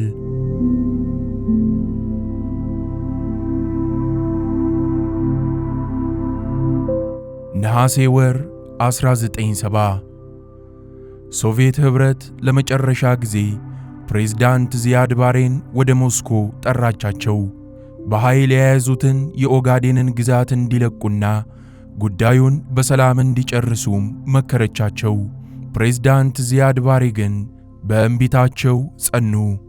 በመሆኑም የኢትዮጵያ መሪዎችን ታገሱ፣ አትቸኩሉ እያለች ስትመልስ የነበረው ታላቋ ሶቪየት የጦርነቱን አካሄድ የቀየረ ተግባራዊ እርምጃ ወሰደች። ቀደም ሲል በተስማማችው መሠረት በመስከረም 1970 ለኢትዮጵያ የ$385 ሚሊዮን መሳሪያ የሚሸጥበትን ሂደት ገቢራዊ ማድረግ ጀመረች። በመርከቦቿ ወደ ሶማሊያ ነዳጅ ማጓጓዙን አቋረጠች። ለሶማሊያ የምታደርገውን የጦር መሳሪያ ሽያጭንም አቆመች። ሶማሊያ የሶቪየትን እርምጃ ሕገ ወጥነት ነው ስትል ኮነነችው። በማስከተልም በህዳር ወር 1970 በሀገሯ የነበሩትን የሶቪየት ወታደራዊ አማካሪዎችና ሲቪል ሰራተኞች አባረረች። ይህንንም ተከትሎም ሶቪየት ኅብረት ለመጀመሪያ ጊዜ ሶማሊያን ወራሪ በማለት አወገዘቻት። ወራሪውን ለመቀልበስ ከኢትዮጵያ ጋር በሙሉ ፍላጎት እንደምትሰራም አስታወቀች። በዚህም መሠረት እንደ እርሷ ሁሉ የኢትዮ ሶማሊያ ውዝግብን በሰላም ለመቋጨት ጥረት ሲያደርጉ የነበሩትን ኩባና ደቡብ የመንን የሚያካትት ወታደራዊ ኅብረት ተመሠረተ። የዚህ ኅብረት ተግባር ከኢትዮጵያ ሰራዊት ጋር በመቀናጀት የሶማሊያ ሰራዊትን ማባረር ነው።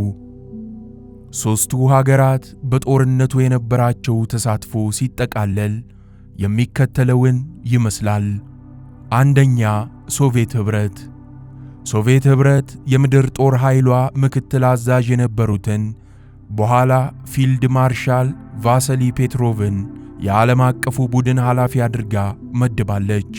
የጀነራሉ ኃላፊነት የኢትዮጵያን ሰራዊት ማማከርና በኢትዮጵያ መሪዎችና ሞስኮ በሚገኘው የሶቪየት ኅብረት የጦር ኃይሎች ጠቅላይ መምሪያ መካከል እንደ አገናኝ ሆኖ ማገልገል ነው። ከጀነራል ፔትሮቭ በተጨማሪ ሶቪየት ኅብረት በክፍለ ጦርና በብርጌድ ደረጃ የሚያገለግሉ የጦር አማካሪዎችን መድባለች። የከባድ መሳሪያና በረራ አሰልጣኞችን አስመጥታለች። የሶማሊያ የጦር ኃይል ክምችትና የስምሪት አቅጣጫዎችን የሚያሳዩ የጦር መረጃዎችን ወይንም ስታቲስቲክስ፣ ካርታ ወዘተ ለኢትዮጵያ ሰጥታለች። ለጦር ቁስለኞች የአስቸኳይ ጊዜ እርዳታና የቀዶ ጥገና ሕክምና የሚሰጡ ሐኪሞችን መድባለች። ከዚህ ሌላ ሶቪየት ኅብረት በዓለም አቀፍ ደረጃ የኢትዮጵያ የዲፕሎማሲ አጋር ሆና ቆይታለች። ሆኖም ሶቪየቶች ድጋፍ ሰጪ ከመሆን ባሻገር ተዋጊ የጦር ኃይል አልመደቡም። ሁለተኛ፣ ኩባ። በቆዳ ስፋቷ ትንሽ የሆነችው የኩባ ሶሻሊስት ሪፐብሊክ በጦርነቱ ሂደት በቀጥታ ከተሳተፉት ሁለት አገራት አንዷ ናት። በወቅቱ ኩባ ያስመጣችው የተዋጊ ብዛት ከ16000 እስከ 20000 ይገመታል። ከዚህ ኃይል መካከል ሁለቱ ሜካናይዝ ብርጌድ ነው። ወደ ኢትዮጵያ የመጣው የኩባ ጦር የሚመራው የሀገሪቱ ምክትል የመከላከያ ሚኒስቴር በነበሩት በጀነራል አርናልዶ ኦቹዋ ሲሆን በዘመኑ በአንጎላ ተመድቦ የነበረውንም የኩባ የጦር ኃይል የሚያዙት እርሳቸው ናቸው። ኩባ ከወታደሮቿ በተጨማሪ የሕክምና ሠራተኞችን ልካለች። ሦስተኛ፣ ደቡብ የመን ወይንም የመን ዲሞክራቲክ ሪፐብሊክ። ደቡብ የመን ለጦርነቱ የመደበችው 2000 መድፈኞችን ነው። እነዚህ መድፈኛ የመኒዎች በቁጥራቸው አነስተኛ ቢሆኑም አልሞ ተኳሽ መሆናቸው በብዙዎች ዘንድ ተደንቆላቸዋል። ከዚህ በፊት እንደተገለጸውም ደቡብ የመን ለኢትዮጵያ 30 ታንኮችን ሰጥታለች። ሦስቱ ሀገራት ለረጅም ጊዜ የሶማሊያ አጋር ነበሩ። ሶማሊያ የመሬት ጥያቄዋን ባነሳችበት ጊዜም ሐሳቧን እንድትቀይር ለማድረግ ከፍተኛ ጥረት አድርገዋል። ከዚህም አልፎ ፕሬዝዳንት ካስትሮ ሶማሊያ፣ ኢትዮጵያና ደቡብ የመን በኮንፌዴሬሽን ተያይዘው አንድ ታላቅ ኅብረት መመስረት አለባቸው የሚል ሐሳብ እስከ ማቀንቀን ደርሰዋል። የሶማሊያ ወረራ ገፍቶ ሲመጣ ግን ከኢትዮጵያ ጋር ተሰልፈዋል። ቀደም ሲል እንደተገለጸው ሌሎች የሶሻሊስት አገራት በጦርነቱ ሂደት በቀጥታ ባይሳተፉም ለኢትዮጵያ የመሳሪያ ድጋፍ አበርክተዋል። ሶማሊያ በግልጽ የሶሻሊዝምን ካባ ወርውራ ወደ ምዕራቡ ዓለም መጓዝ የጀመረችው በዚያን ጊዜ ነው። ይሁን እንጂ ቀደም ብሎ ቢሆን ከምዕራባውያን ጋር ድብቅ ግንኙነቶችን ማድረግ እንደጀመረች አንዳንድ ምንጮች ያወሳሉ።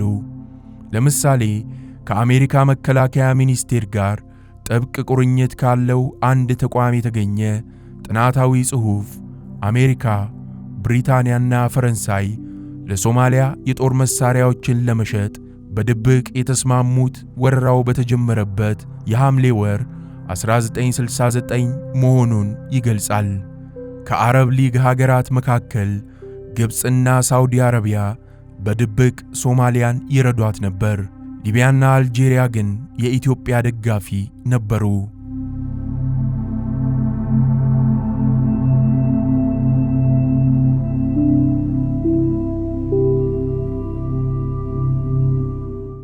የኢትዮጵያ ሕዝብ በሶማሊያ ወረራ ላይ የነበረው አቋም። ሶማሊያ ኢትዮጵያን የወረረችበት ወቅት ኢጣሊያ በኢትዮጵያ ላይ ወረራ ፈጽማ በአድዋ ላይ ድል ከተመታችበት ዘመን በእጅጉ ይለያል። ኤርትራ በ1990 ባድመን ከወረረችበት ወቅትም በጣም ይለያል። በሁለቱ ወቅቶች ማዕከላዊውን መንግሥት ገትሮ ያስጨነቀ የተቃውሞ እንቅስቃሴ በሀገር ውስጥ አልነበረም። ከ1969 እስከ 1970 ግን አብዮታዊው የደርግ መንግሥት በከፍተኛ ውጥረት ውስጥ ነበር። ቀደም ብሎ እንደገለጽኩት ከኢህአፓ ጋር በከረረ የከተማ ውጊያ ውስጥ ገብቷል። ቀይ ሽብርም የታወጀው በዚያን ጊዜ ነው። ጀብሃና ሻዕቢያ አስመራን በ10 ኪሎ ሜትር ራዲየስ ከበው ከዛሬ ነገ ከተማዋን እንይዛለን እያሉ በመጠባበቅ ላይ ነበሩ።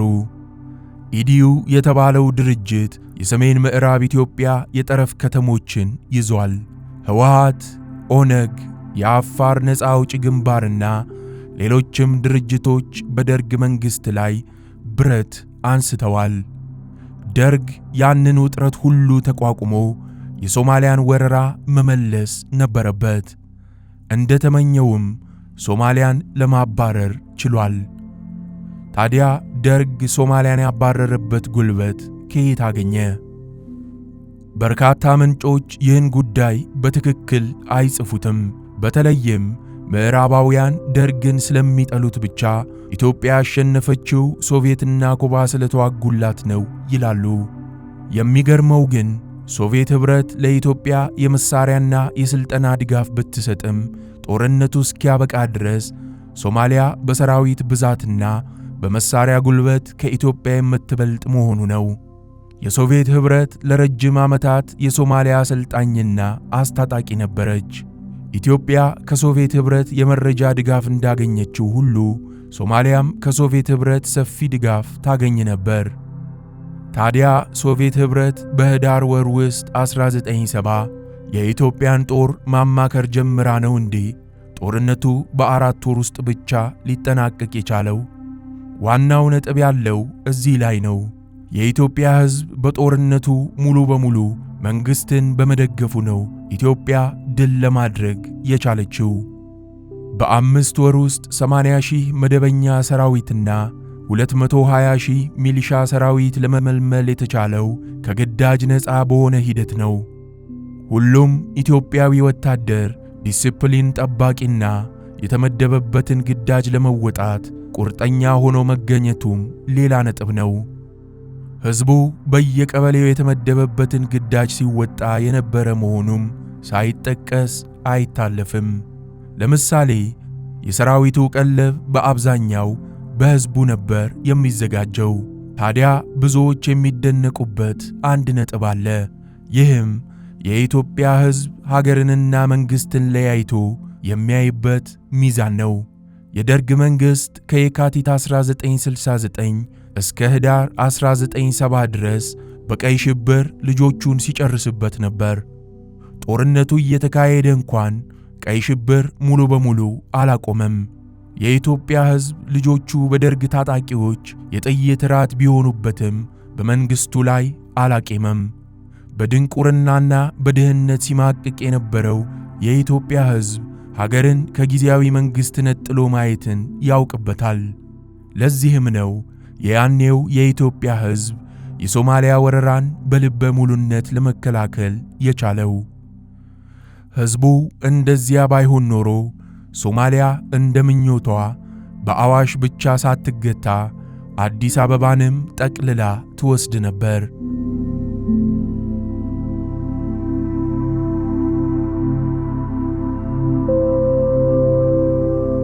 የፖለቲካ ቡድኖች በወረራው ላይ የነበራቸው አቋም። በዚያ ዘመን በኢትዮጵያ ምድር ከፍ ያለ ስም የነበራቸው የፖለቲካ ቡድኖች 3 ናቸው። አንደኛው ኢህአፓ ወይንም የኢትዮጵያ ሕዝብ አብዮታዊ ፓርቲ ነው። ሁለተኛው ከደርግ ጋር ያበረው መኢሶን ወይንም የመላው ኢትዮጵያ ሶሻሊስት ንቅናቄ ነው። ሦስተኛው ኢዲዩ ወይንም የኢትዮጵያ ዲሞክራቲክ ኅብረት ነው። ይህ ኢዲዩ የኢትዮጵያ ዲሞክራቲክ ኅብረት የተባለ ቡድን በጊዜው በጦርነቱ ላይ የወሰደው አቋም በግልጽ አይታወቅም። ቡድኑ የቀኝ ፖለቲካ አቀንቃኝ መሆኑ ሲጤን ግራ ወረራውን ሳይቃወመው አይቀርም ሊያስብለን ይችላል። መኢሶን ከደርግ ጋር ይሠራ ስለነበር ወረራውን በመቃወም አቋም ወስዷል። ነገር ግን ድርጅቱ በወቅቱ ቅድሚያ የሰጠው ወረራውን ለመቀልበስ ለሚያደርገው ጥረት ሳይሆን የምንጊዜም ተቀናቃኙ የሆነውን ኢህአፓን በቀይ ሽብር ለመደምሰስ ለሚያደርገው ትግል ነው። መኢሶን በቀይ ሽብር አፈጻጸም ውስጥ የነበረው ሚና የደርግ መንግሥት ከነበረው ሚና በምንም አያንስም።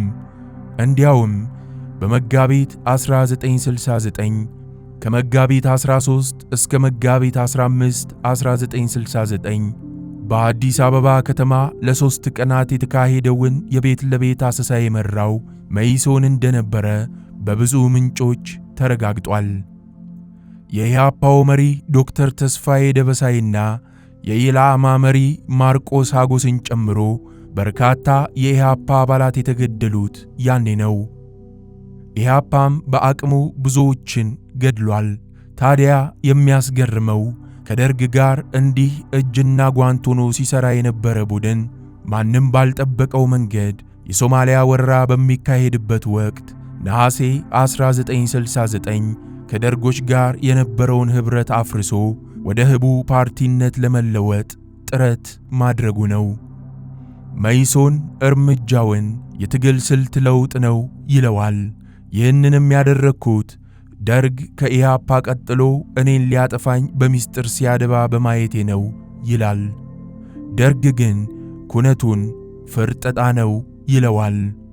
የመኢሶንንም እርምጃ ከሶማሊያ ወረራ ጋር ያዛምደዋል። ሊቀመንበር መንግሥቱ ኃይለ ማርያም ከጋዜጠኛ ገነት አየለ ጋር ባደረጉት ቃለ ምልልስ መኢሶን የሥልጣን ጥመኛ ነው፣ ከእኛ ጋር ቆይተው ሥልጣን ለመቆናጠጥ አመቺ ጊዜ በመጠበቅ ላይ ያሉ ሶማሊያ ወረረችን። በመሆኑም ሶማሌዎቹ በጥቂት ቀናት ውስጥ አዲስ አበባ የሚገቡ ስለመሰላቸው ከዚህ ከደከመ መንግሥት ጋር ምን እንሰራለን በማለት ፈርጥጠዋል ብለዋል። በጣም አወዛጋቢው ኢህአፓ የወሰደው አቋም ነው። የደርግ መንግሥት ባለሥልጣኖች ኢህአፓ እኛን በማውገዝ ከሶማሊያ ጋር በግልጽ ቆመዋል ይላሉ።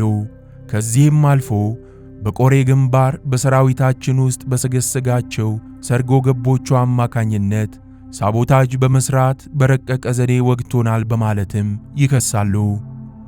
ለምሳሌ ኮሎኔል መንግሥቱ ኃይለ ማርያም በቆሬ ግንባር የተሰማሩት የኢህአፓ ሰርጎ ገቦች ድሬዳዋ በሶማሊያ ጦር ተይዟል፣ የቆሬ ምሽግም ከባቢሌ በኩል በመጣ ኃይል ተቆርጧል፣ የኢትዮጵያ ሰራዊት አልቆለታል፣ ጉድጓድ ውስጥ ተቀምጠን ጠላት እስኪመታን ድረስ መጠበቅ የለብንም፣ እጅ መስጠት ይሻለናል እያሉ የሐሰት ፕሮፓጋንዳ ይነዙ ነበር በማለት ጽፈዋል።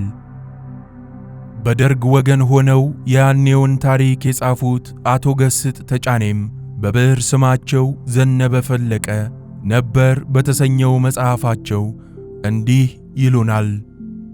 የኢትዮጵያ ሕዝብ የኤርትራ ተገንጣዮች አስቀድሞ ባወቀው ምክንያታቸው ከወራሪዋ ሶማሊያ ጋር በማበራቸው ባይገረምም ኢህአፓ የሶማሊያን ወረራ የመደገፏን ጉዳይ ግን እንደ ኢትዮጵያዊ የፖለቲካ ድርጅትነቷ በጣም ያዘነበት ድርጊት ነበር። ከኢትዮጵያ ሕዝብ መሃል ካወጧት የተሳሳቱ አቋሞቿ አንዱ ይህ ነበር። ዘነበ ፈለቀ ነበር ከተሰኘው መጽሐፍ 1996 ዓመተ ምህረት ገጽ 268። ለመሆኑ ኢህአፓ በያኔው መንግሥት ባለሥልጣናት እንደተከሰሰው የሶማሊያ ወረራን በእርግጥ ደግፏል? ይህንን ጥያቄ መመለስ ይከብዳል። ኢህአፓ እስካሁን ድረስ ደርጎች የፈጠሩት የስም ማጥፋት ነው እንጂ የሶማሊያ ወረራን የደገፍኩበት ወቅት የለም በማለት ያስተባብላል። የተወሰኑ የቀድሞ የኢህአፓ አባላትና አንዳንድ የታሪክ ምሁራን ግን ኢህአፓ ጦርነቱ የሁለት አድሃሪ መንግሥታት ጦርነት ነው፣ ጭቁኑ የኢትዮጵያ ሕዝብም ሆነ የሶማሊያ ሕዝብ አድሃሪያንን ደግፎ በጦርነቱ መሳተፍ የለበትም የሚል አቋም ወስዷል ይላሉ። ይህ ምን ማለት ነው? ጦርነቱ በሁለት መንግሥታት ፉክክር የተወለደ ማለት ነው? አንድ ማንም የማያስተባብለው ሐቅ አለ። ጦርነቱ የተከሰተው ሶማሊያ ኦጋዴንን በመውረሯ ነው። በመሆኑም በዘመኑ የነበረው የኢትዮጵያ መንግሥት ወረራውን ለመቀልበስ ያደረገው ትግል በማንኛውም መመዘኛ ሲታይ ፍትሃዊ መሆኑ አያጠያይቅም። ደርግ ጨፍጫፊ ስለነበር ብቻ ሕዝቡ ከእርሱ ጋር ሆኖ ሀገሩን ከወረራ እንዳይከላከል ጥሪ ማድረግ በምንም መልኩ አይሞገስም። ኢህአፓ ይህንን አድርጎ ከሆነ የታሪክ ተወቃሽ መሆኑ አይቀርለትም። ነገር ግን ይህንን አደረገ የተባለው ድርጅት በወቅቱ በደርግ መንግሥት የጭካኔ በትር በከፍተኛ ሲመታ ነበር። በመሆኑም የኢህአፓ እርምጃ በደርግ የደረሰበትን ፍጅት ለመቀበል ተብሎ የተወሰደ የግብረ መልስ ምት ነው ሊባል ይችላል። በዚያ ዘመን አነስተኛ ኃይል የነበራቸው ህወሓትና ኦነግ በሶማሊያ ወረራ ላይ የወሰዱትን አቋም በማስረጃ አስረግጦ መተንተን አስቸጋሪ ነው። ይሁንና ድርጅቶቹ በጦርነቱ ወቅት ከሶማሊያ መንግሥት ጥቅሻ ያላገኙ መሆናቸው ይታወቃል። የዚያድ ባሬ መንግሥት ሁለቱን ድርጅቶች ወደ ሞቃዲሾ የጠራው ጦርነቱ ካበቃ በኋላ ነው። ጀብሃና ሻዕቢያ ደግሞ ወረራውን ደግፈዋል።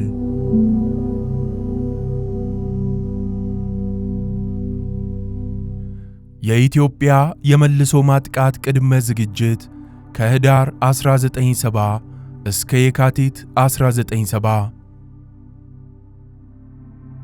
የሶማሊያ ሰራዊት ሐረርን ለመቆጣጠር ያደረገው ጥረት ከከሸፈበት በኋላ ይዞታውን ለማስፋት አልሞከረም።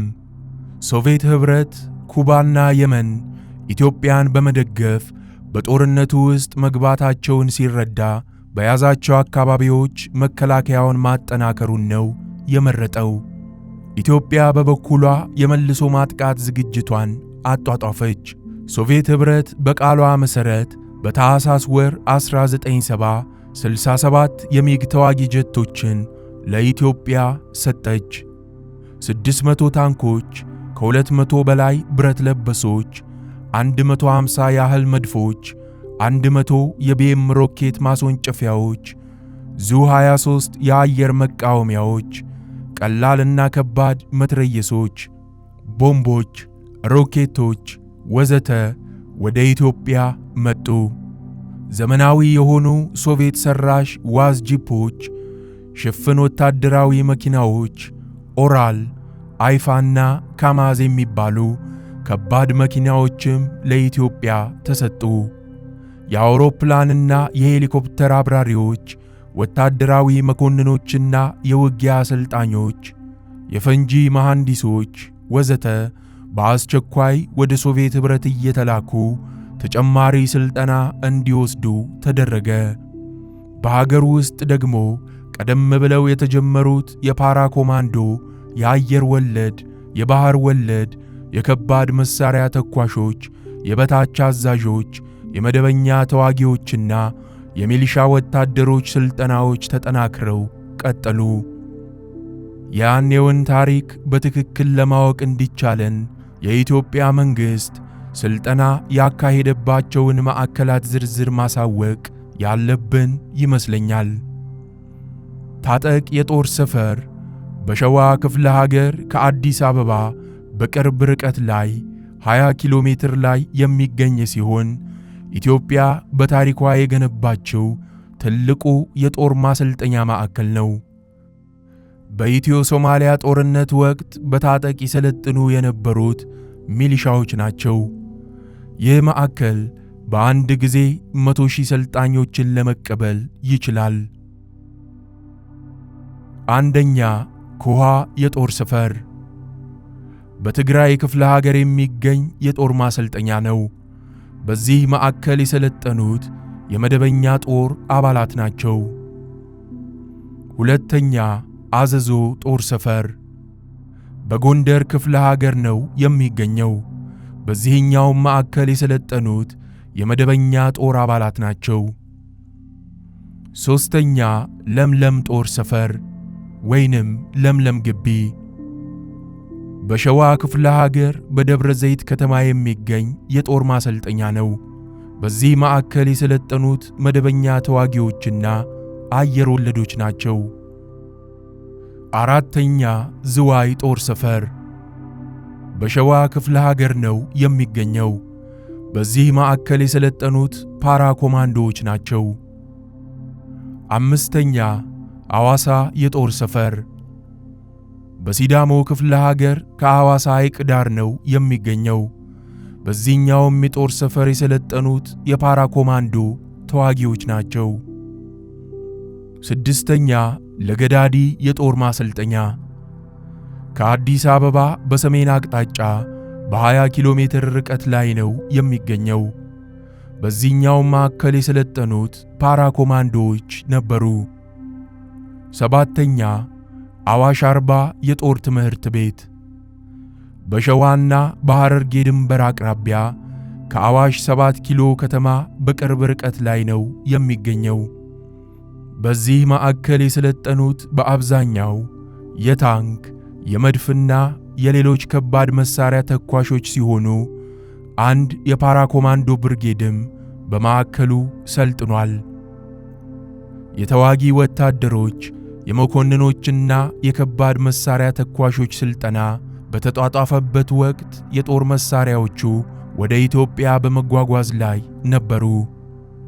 ታዲያ ከባድ መሳሪያዎች በታቀደላቸው ጊዜ ለመልሶ ማጥቃት ዘመቻው መዋላቸውን ለማረጋገጥ የኢትዮጵያ መሪዎች የታንከኛና የመድፈኛ ተኳሾችን ስልጠና ከአዋሽ አርባ ወደ አሰብ ለማዛወር ተገደዋል። ይህም የተደረገው በጉዞ የሚባክነውን ጊዜ ለመቆጠብ እንዲቻል ተብሎ ነው። ታንኮቹን ከአሰብ ወደ ምስራቅ ግንባር በማጓጓዙ ሂደት የኩባ ጓዶች ተሳታፊ ነበሩ።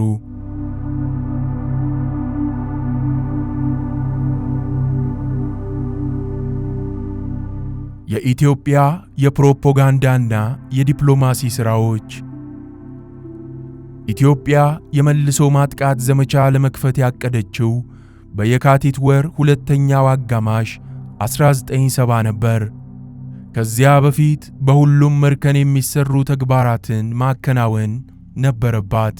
ከእነዚህ ተግባራት መካከል አንዱ ቅስቀሳና ፕሮፓጋንዳ ነው።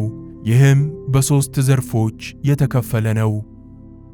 አንደኛ፣ በኢትዮጵያ ሕዝብና ሰራዊት ላይ ያነጣጠረ ቅስቀሳና ፕሮፓጋንዳ።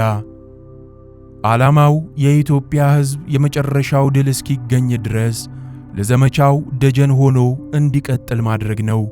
የፕሮፓጋንዳ ሥራው በዋናነት የሚካሄደው በመገናኛ ብዙሃንና በጋዜጦች ነው።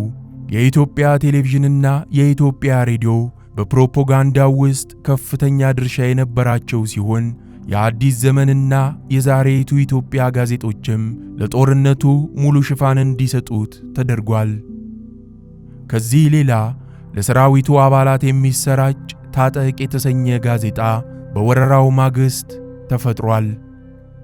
የኢትዮጵያ አርቲስቶችና ደራሲያን በቅስቀሳው ዘርፍ ከፍተኛ ሚና ተጫውተዋል። ስለ ሀገርና ስለ ዳር ድንበር የሚያወሱ ዘፈኖች፣ ድራማዎችና ጭውውቶች እየተዘጋጁ ለሕዝቡና ለሰራዊቱ እንዲቀርቡ ተደርገዋል። በየቀበሌውም የቲያትርና የድራማ ቡድኖች ተቋቁመው ሕዝቡን ይቀሰቅሱት ነበር። የመልሶ ማጥቃት ውጊያ ሲጀመር ደግሞ የኢትዮጵያ ሬዲዮ የጦርነቱን ውሎ በቀጥታ ይዘግብ ነበር። በዚያ ዘመን ለቅስቀሳ ሥራ በስፋት ያገለገለው ዋነኛ መፈክር አብዮታዊት እናት አገር ወይም ሞት የሚለው ነው። ሁለተኛ፣ በሶማሊያ ሕዝብና ሰራዊት ላይ ያነጣጠረ ፕሮፓጋንዳ። ዓላማው የሶማሊያን ሕዝብ ከዚያድ ባሬ አመራር መነጠልና በሶማሊያ ሰራዊት ላይ ስለ ንቦናዊ ሽብር መፍጠር ነው። በዚህም መሠረት ሐረርና አዲስ አበባ ያሉት የኢትዮጵያ ሬዲዮ ቅርንጫፎች በሶማሊኛና በእንግሊዘኛ ቋንቋዎች የዚያድ ባሬን መንግሥት ነውርና ውስጣዊ ገመና የሚተረትሩ ተከታታይ ፕሮግራሞችን እንዲያስተላልፉ ተደርጓል። በተጨማሪም ልዩ ሌላ በራሪ ጽሑፎች እየተዘጋጁ በአውሮፕላንና በተወንጫፊ ሮኬቶች አማካኝነት ለሶማሊያ ሕዝብ እንዲበተኑ ተደርገዋል። ሦስተኛ፣ በዓለም አቀፉ ማኅበረሰብ ላይ ያነጣጠረ ፕሮፓጋንዳ። ዓላማው የሶማሊያን መንግሥት በዓለም አቀፉ ማኅበረሰብ ፊት ማዋረድና ለኢትዮጵያ የዲፕሎማሲ ድል ተጨማሪ ድጋፍ ማስገኘት ነው። በዚህ መሠረት ለዓለም አቀፉ ኅብረተሰብ መረጃ የሚሰጥ ራሱን የቻለ ጽሕፈት ቤት ተቋቁሟል። የፕሬስ ሳምንት በተባለ ፕሮግራም አማካኝነትም የውጭ ጋዜጠኞች ኢትዮጵያን እየጎበኙ ጦርነቱ ያደረሰውን ጥፋት እንዲመለከቱ ተደርጓል። በሌላ በኩል የዘመኑ የኢትዮጵያ መሪዎች በዓለም ዙሪያ ሰፊ የዲፕሎማሲ ሥራ ሰርተዋል። በውጤቱም የሶሻሊስቱ ካምፕ የሶማሊያን ወረራ ሊያወግዝ በቅቷል። የአፍሪካ አንድነት ድርጅትም የሶማሊያን ወረራ በማውገዝ ከኢትዮጵያ ጋር ቆሟል። የምዕራብ ሀገራት ግን ሶማሊያ ወራሪ መሆኗን እያወቁ እንኳን ሊያወግዙት አልፈቀዱም። ይህም የሆነው ሶቪየት ኅብረት የኢትዮጵያ አጋር ሆና በመገኘቷ ነው።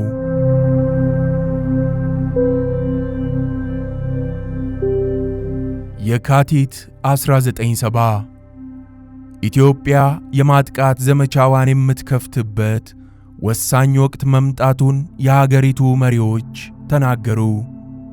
በመሆኑም ስልጠናውን በብቃት ያጠናቀቀው ሰራዊት በሚከተለው ሁኔታ ተደራጀ። አንደኛ፣ በምስራቅ ግንባር 4 ታንከኛ ብርጌድ፣ 2 መድፈኛ ብርጌድ፣ 2 የከባድ መሳሪያ ቢኤም ተኳሽ ብርጌድ፣ 2 መደበኛ ክፍለ ጦር፣ 4 ሕዝባዊ ሚሊሻ ክፍለ ጦር። ሁለተኛ፣ በደቡብ ግንባር 2 ሕዝባዊ ሚሊሻ ክፍለ ጦር፣ 1 መድፈኛ ሻለቃ። ሦስተኛ፣ አየር ኃይል። የኢትዮጵያ አየር ኃይል በጠቅላላው ከታጠቃቸው 75 አውሮፕላኖች መካከል 40 የሚሆኑትን ለግዳጅ አሰልፏል። የኢትዮጵያ ጦር ካሰለፈው ኃይል በተጨማሪ ቀደም ሲል የጠቀስኳቸው 1 ክፍለ ጦር የሚሆን የኩባ ሰራዊትና 1 የደቡብ የመን መድፈኛ ብርጌድም በምስራቁ ግንባር ተሰልፈዋል። የኢትዮጵያ ሰራዊት ለረጅም ጊዜ ሲከላከል የቆየው በ2 መደበኛ ክፍለ ጦሮች፣ 3 ሚሊሻ ክፍለ ጦሮች፣ 2 ሜካናይዝድ ብርጌድና 2 ነበልባል ብርጌድ ብቻ ነው። የኢትዮጵያ ሰራዊት የማጥቃት ዘመቻውን በሚከተለው ሁኔታ ለመፈጸም ነበር ያቀደው። አንደኛ፣ 3 ፓራ ኮማንዶ ብርጌዶችን ከጅጅጋ በስተ ሰሜን ባሉት የጭናክሰንና የማርዳፓስ ገዢ መሬቶች ላይ በዣንጥላ ወይንም በፓራሹት በማውረድ ድንገተኛ ጥቃት መክፈት። ሁለተኛ፣ ከአሰብ የተነሳ 1 ታንከኛ ብርጌድና 1 መድፈኛ ብርጌድ በጅቡቲ ድንበር ጥግ እየተጓዘ አውበሬ ወይንም ተፈሪ በር በምትባለው ከተማ አቅጣጫ ወደ ጅጅጋ እንዲመጣና ጥቃት እንዲከፍት ማድረግ።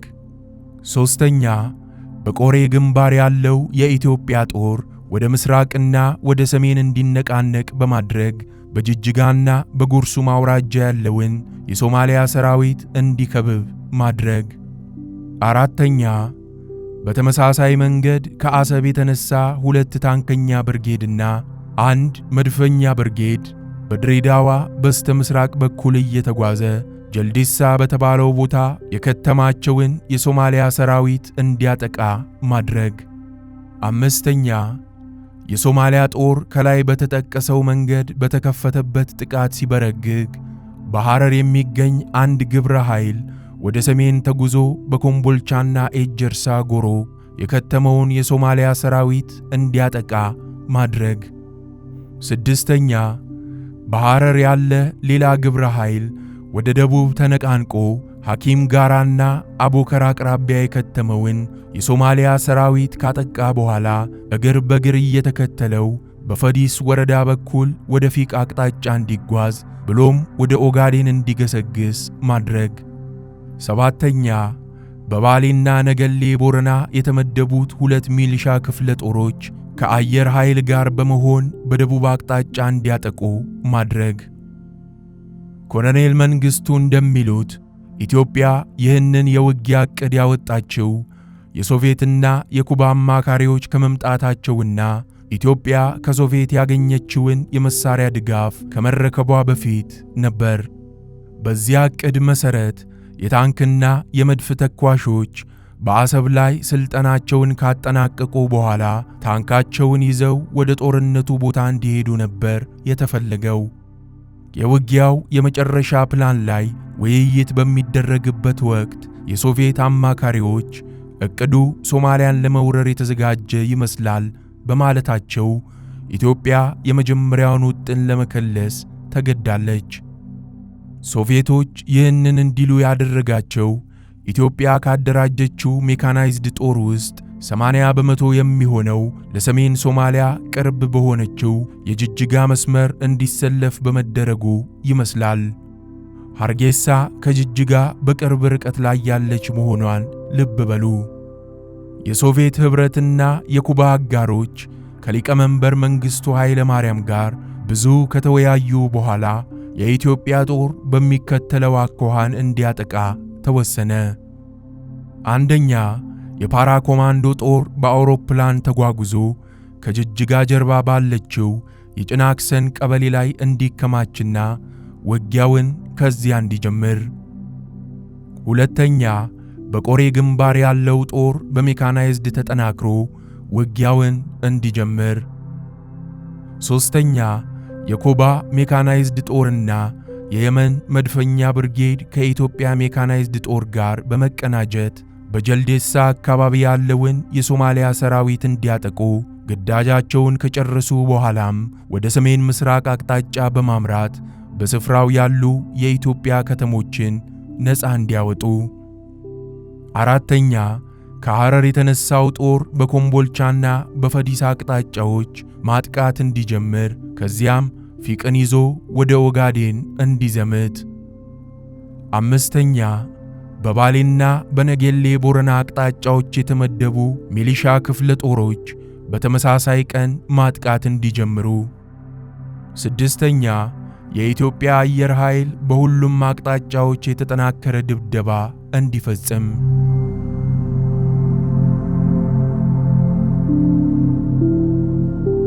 የካቲት 23 1970 የኢትዮጵያ ጦር በጭናክሰንና በቆሬ በኩል በጅጅጋ ላይ የተጠናከረ ጥቃት ከፈተ። የሶማሊያ ጦር ጥቃት ይመጣብኛል ብሎ ባልጠበቀው አቅጣጫ በመወጋቱ ተደናገጠ። ጅጅጋን ላለመልቀቅ መሟሟት ጀመረ። ሶማሌዎች በዚህ ውዥንብር ውስጥ እያሉ በጀልዴሳ ግንባር ሌላ ጥቃት ገጠማቸው። የኢትዮጵያ አየር ኃይልም እስከ ሶማሊያ ድንበር እየገባ የሶማሊያ ሰራዊትን የአቅርቦትና የዕደላ መስመሮችን በመደብደብ ከጥቅም ውጪ አደረጋቸው።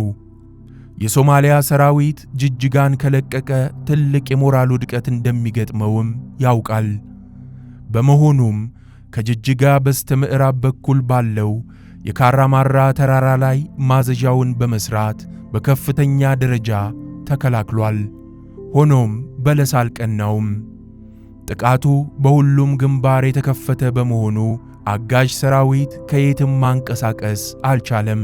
በመሆኑም የካቲት 26 1970 በካራማራ ተራራ ላይ ከባድ ሽንፈት ገጠመው።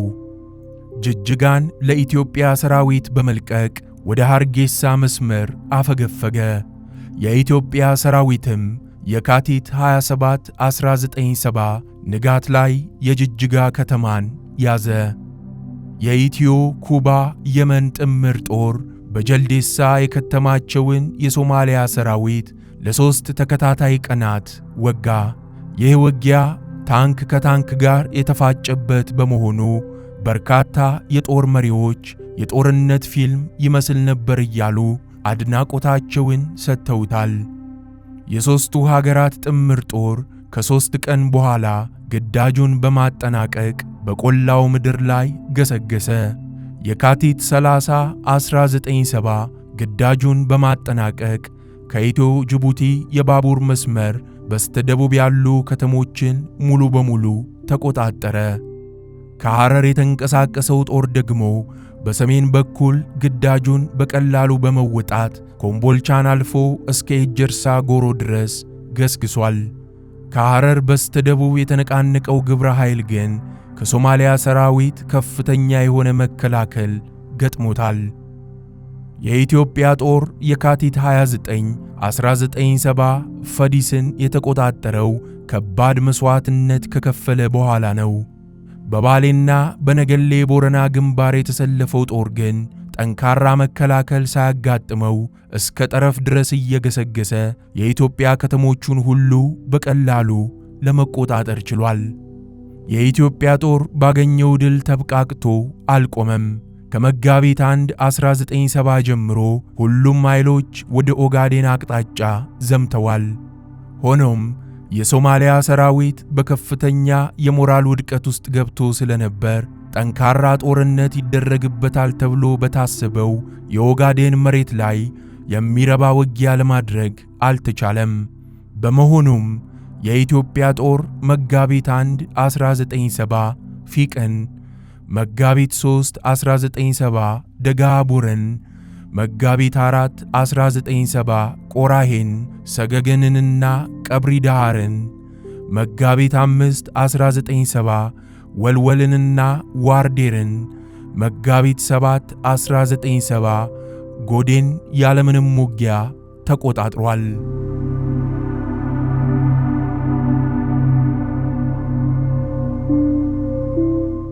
የጦርነቱ ውጤት የኢትዮ ሶማሊያ ጦርነት በ8 ወራት ውስጥ በኢትዮጵያ የበላይነት ተጠናቋል። የሶማሊያ መንግሥት ከመጋቢት ወር የመጀመሪያ ሳምንት ጀምሮ ሰራዊቱን ከኢትዮጵያ ምድር አስወጥቷል። ሶማሌዎች ኦጋዴንን በስልታዊ ማፈግፈግ የለቀቁ መሆናቸውን ገልጸው ነበር። ነገር ግን ከያኔው ዘመቻ ወዲህ ኦጋዴንን በከፍተኛ ኃይል ለመውረር አልሞከሩም። ከ1970 እስከ 1975 ባለው ጊዜ የምሶነግ ወይንም የምዕራብ ሶማሌ ነፃ አውጪ ግንባር ከሶማሊያ ምድር እየተነሳ የደፈጣ ጥቃቶችን ለመፈጸም ቢሞክርም እንኳን የኢትዮጵያ ጦር በአነስተኛ ኃይል ያባረረው ነበር። በጦርነቱ የደረሰው ጉዳት በልዩ ልዩ ወገኖች በተለያየ መንገድ ተገልጿል። ለምሳሌ ኮሎኔል መንግስቱ ኃይለ ማርያም የጦርነቱን ጉዳት በሚከተለው ሁኔታ ጽፈውታል። የሶማሊያ ሰራዊት የሞተ 15900፣ የቆሰለ 26000፣ የተማረከ 1785። የኢትዮጵያ ሰራዊት የሞተ 18200፣ የቆሰለ 29200፣ የተማረከ 7። ዊኪፒዲያ የተሰኘው የኢንተርኔት ኢንሳይክሎፒዲያ ደግሞ ጉዳቱን እንደሚከተለው ያስቀምጠዋል። የሶማሊያ ሰራዊት የሞተ 6453፣ የቆሰለ 2409፣ የተማረከ 275። የኢትዮጵያ ሰራዊት የሞተ 6133፣ የቆሰለ 10563፣ የተማረከ 3867። ከዊኪፒዲያ የተገኘው መረጃ አንድ ተቃርኖ አለው። ይኸውም 1/3 የሚሆን የሶማሊያ ሰራዊት ከጥቅም ውጪ ሆነ እያለ በሶማሌዎች ላይ የደረሰውን የጉዳት መጠን አሳንሶ የሚያቀርብ መሆኑ ነው። በመሆኑም በጦርነቱ በሶማሊያ ሰራዊት ላይ የደረሰው ጉዳት በሁለቱ ምንጮች ከቀረበው የሚበልጥ እንደሆነ እውን ነው። ኢትዮጵያን ለመርዳት ከመጡ የውጭ ዜጎች መካከል 400 ኩባውያን፣ 100 የመናውያን፣ 33 የሶቪየት ኅብረት ዜጎች ሞተዋል። ሁለቱ ሀገራት ለጦርነቱ ካሰለፏቸው ከባድ መሳሪያዎች መካከል ብዙዎችን አጥተዋል። በዚህ ረገድ በሶማሊያ ጦር ላይ የደረሰው ጉዳት ከበድ ይላል። ሶማሊያ ለጦርነቱ ካሰለፈቻቸው ታንኮች መካከል 200 የሚሆኑትን አጥታለች። ኢትዮጵያም 100 ታንክ ተደምስሶባታል። የኢትዮጵያ አየር ኃይል 15 ያህል አውሮፕላኖች ወድመውበታል። ሶማሊያ ግን 35 ጥያራዎችን አጥታለች። የሚገርመው ነገር የኢትዮጵያ አየር ኃይል ብዙ አውሮፕላኖችን የደመሰሰው በአየር ውጊያ ነው። ጦርነቱ በሲቪሉ ህብረተሰብ ላይ ከፍተኛ ጉዳት ነው ያደረሰው። ለምሳሌ የሶማሊያ ጦር በፈጸመው ጥቃት ቆሬ የምትባለውን አነስተኛ ከተማ ከሐረር በ70 ኪሎ ሜትር ርቀት ላይ የምትገኝ ሙሉ በሙሉ አውድሟል። የጅጅጋ ከተማን በሚለቅበት ጊዜም ከፍተኛ ፍጅትና ዘረፋ ፈጽሟል። የከተማዋ ሕንፃዎች ሆን ተብለው ተደምስሰዋል። በሌላ በኩል የሶማሊያ አየር ኃይል በጦርነቱ መጀመሪያ ላይ በኦጋዴን ክልል ባሉት የደጋሃቡርና አዋሬ ከተሞች ላይ በፈጸመው ድብደባ በርካታ ሰላማዊ ዜጎችን ገድሏል። በ8 ወራት ውስጥ ከ10,000 ያላነሱ ኢትዮጵያውያን በሶማሊያ ጦር ተግዘው ጭካኔ በተሞላበት ሁኔታ ለ11 ዓመታት ታስረዋል። የሶማሊያ ጦር በተለይም የሶማሊ ብሔረሰብ አባላት ባልሆኑት ላይ የሚያደርሰው ግፍ እጅግ የበረታ እንደነበረ ከልዩ ልዩ ምንጮች የተገኙ ሰነዶች ያረጋግጣሉ። በሶማሊያ ጦር እጅ የወደቁ ምርኮኞችም ዓለም አቀፍ ድንጋጌን በጣሰ ሁኔታ ይሰቃዩ እንደነበረ ተረጋግጧል። የኢትዮጵያ ጦርም ኦጋዴንን መልሶ ከያዘ በኋላ የሶማሊያን ሰራዊት ደግፈዋል ባላቸው ላይ የግድያና የዘረፋ እርምጃ መውሰዱ ይነገራል። እንዲህ አይነቱ ጥቃት የደረሰው በፊቅ፣ ጎዴ፣ ደገሃቡርና ቀብሪ ዳሃር አካባቢዎች ነው። አንዳንድ የጦር መሪዎች ደግሞ ኢትዮጵያዊ የሆኑ ሶማሌዎችን ከሶማሊያ ጦር ባለመለየት ከፍተኛ የፕሮፓጋንዳ ውርጅብኝ ሲያካሂዱባቸው ነበር ይባላል። በዚህም የተነሳ ከ1 ሚሊዮን ያላነሱ ኢትዮጵያዊ ሶማሌዎች ሀገር ጥለው ተሰደዋል። ይሁንና የኢትዮጵያ ጦር ከሶማሊያ ድንበር ገብቶ ሲቪሎችን ምርኮኛ አላደረገም። በተጨማሪም በኢትዮጵያ እጅ የወደቁ የጦር ምርኮኞች ሰብአዊ ክብራቸውን በማይነካ መልኩ ነው የተያዙት። የሶማሊያ ጦር ከኦጋዴን ሲወጣ በአካባቢው የተሰሩ የመሠረተ ልማት አውታሮችን አውድሟል። ይህ የውድመት ዕጣ ከደረሰባቸው ግንባታዎች መካከል በዘመኑ ከአዲስ አበባው የቦሌ አየር ማረፊያ ቀጥሎ ሁለተኛ ደረጃ የነበረው የጎዴ አየር ማረፊያና ባሌና ሐረርጌን የሚያገናኘው ትልቁ የዋቢ ሸበሌ ድልድይ ይጠቀሳሉ። የኢትዮጵያ ጦር የመልሶ ማጥቃት ውጊያውን በከፍተኛ ፍጥነት ያገባደደ በመሆኑ አካሄዱ የሶማሊያ መሪዎችን በጣም አስፈርቷቸው ነበር። በመሆኑም ፕሬዝዳንት ዚያድ ባሬ ኢትዮጵያ ሀገራችንን ልትወር ስለሆነ እያንዳንዱ ዜጋ ለውጊያ ይሰለፍ የሚል አዋጅ አስነግረዋል። ከኢትዮጵያ ጋር የተባበሩት የሶቪየት አማካሪዎችም ሶማሊያን ልትወሩ ነው እንዴ እያሉ መጨቅጨቅ ጀምረው ነበር። ይሁንና የኢትዮጵያ ጦር ኦጋዴንን ሙሉ በሙሉ ከተቆጣጠረ በኋላ በድንበሩ ላይ ቆሟል።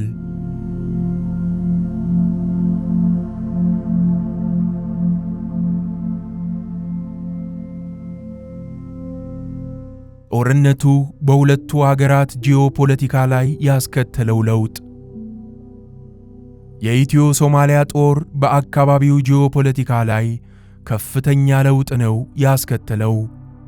በጦርነቱ ያሸነፈችው ኢትዮጵያ የአካባቢው ልዕለ ኃያልና ባለተጽዕኖ ሀገር ሆና ወጥታለች። የኢትዮጵያ ጦር ኃይልም በፊት ከፍተኛ እድገት በማሳየት ከአፍሪካ ታላላቅ ሰራዊቶች አንዱ ሊሆን በቅቷል። በተጨማሪም በሶማሊያ ላይ በተገኘው ድል የተነቃቃው የኢትዮጵያ ሰራዊት በምስራቅ የተገኘው ድል በሰሜንም ይደገማል የሚል መፈክር በማንገብ ወደ ኤርትራ ከዘመተ በኋላ በአጭር ጊዜ ውስጥ ጀብሃና ሻዕቢያን ከደጋማው ምድር በማባረር ወደ ሳህል በረሃ ወይንም ናቅፋ መልሷቸዋል።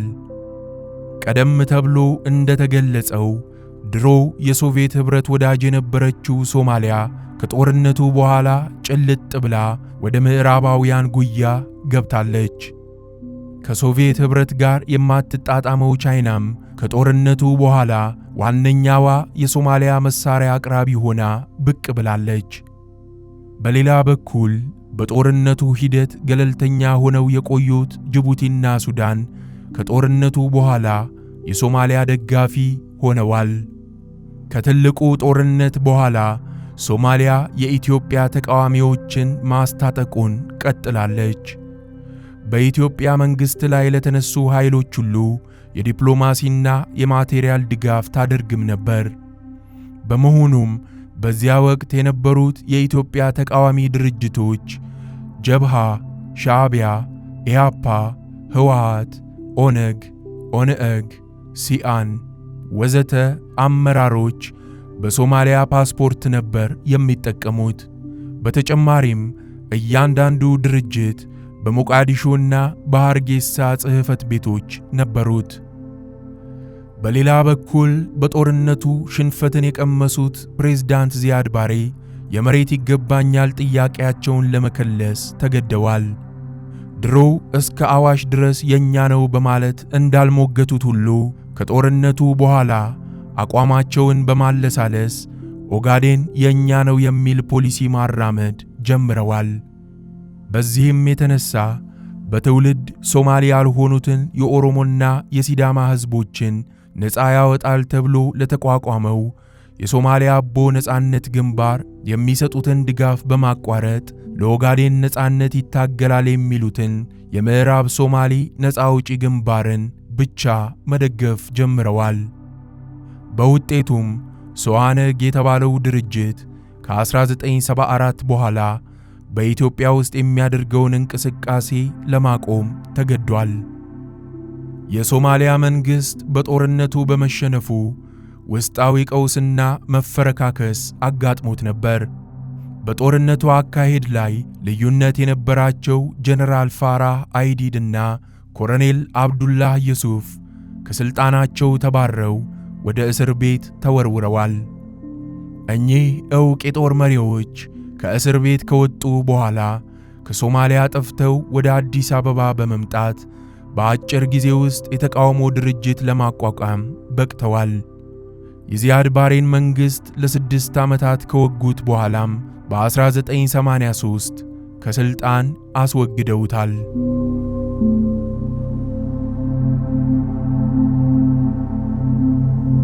ሊቀመንበር መንግሥቱ ኃይለ ማርያም ሶማሊያን ማሸነፋቸውን ተከትሎ የኢትዮጵያ ሕዝብ የድሉን ብስራት በድምቀት እንዲያከብር አዋጅ አስነገሩ። በተለይም የኢትዮጵያ ጦር ስትራቴጂካዊውን የካራማራን ተራራን የተቆጣጠረበት ውጊያ የድሉን ቁልፍ ያስጨበጠ በመሆኑ በብሔራዊ ደረጃ መዘከር እንዳለበት ተነገረ። በመሆኑም መላው የኢትዮጵያ ሕዝብ የካራማራውን ድል በቅድሚያ በአውራጃ ደረጃ በተቋቋሙ ኮሚቴዎች አማካኝነት በየአካባቢው አከበረ። በማስከተልም ድሉ በጅጅጋ ከተማ በብሔራዊ ደረጃ በተዘጋጀው ታሪካዊ ክብረ በዓል ተከበረ። ሊቀመንበር መንግሥቱ ኃይለ ማርያም ጦርነቱን በአጭር ጊዜ መፈጸማቸው ታላቅ ፖለቲካዊ ድል ነው ያስገኘላቸው። ከጦርነቱ በፊት እርሳቸውን ይጋፉ የነበሩ ባልደረቦቻቸው ከጦርነቱ በኋላ ድምፃቸውን ሙሉ በሙሉ አጥፍተዋል።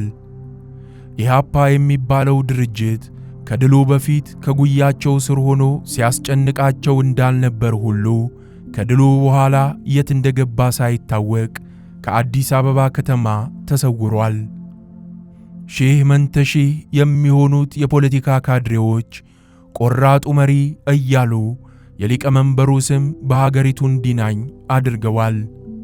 ሊቀመንበሩ ካዋቀሩት አብዮታዊ ሰደድ ጋር በደግም ሆነ በክፉ እየተጎሻሸሙ የፖለቲካ ሥልጣን ለመቀራመት ያሰፈሰፉት ወዝሊግና ማሌሪድ የተሰኙ ድርጅቶችም ከድሉ በኋላ ቀስ እያሉ መክሰም ጀምረዋል። ይሁን እንጂ እንደ ዚያድ ባሬ ሁሉ ሊቀመንበር መንግሥቱም ከሥልጣን ከመባረር አልዳኑም። እርሳቸው ከሊቢያው ሙአመር ጋዳፊ ጋር ሆነው ዚያድን ለመፈንገል ሲታገሉ ካልጠበቁት አቅጣጫ በመጣ ኃይል ተወረሩ። ትልቁን የሶማሊያን ወራሪ ሰራዊት በኦጋዴን በረሃ የመከቱት ጀግና ወንበዴ እያሉ በሚንቁት አነስተኛ ኃይል ተበልጠው ከሥልጣን ተወገዱ። ኢትዮጵያና ሶማሊያ ከጦርነቱ በኋላም በጠላትነት መፈላለጋቸውን አላቆሙም። በ1972 የአፍሪካ አንድነት ድርጅት ባደረገው ጥረት የተኩስ ማቆም ስምምነት ቢፈራረሙም እስከ 1983 ድረስ በእጅ አዙር ሲዋጉ ነው የሰነበቱት። ሁለቱ መንግሥታት በጋራ የፈጸሙት መልካም ነገር ቢኖር ከ1980 እስከ 1981 የእስረኛ ልውውጥ ማድረጋቸው ብቻ ነው። ያ ታሪካዊ ጦርነት ሙሉ ፍጻሜውን ያገኘው በጥር 1983 የዚያድ ባሬ መንግሥት ከሥልጣን በተወገደበት ጊዜ ነው። ይህንን የምለው ኢትዮጵያዊ ስለሆንኩ አይደለም። ጦርነቱ ሲለኮስ የነበረው የዚያድ ባሬ መንግሥት በዓለም አቀፍ መድረክ ዕውቅና የተሰጠውን የኢትዮጵያ ሕጋዊ ድንበርን የማያከብር በመሆኑ ነው።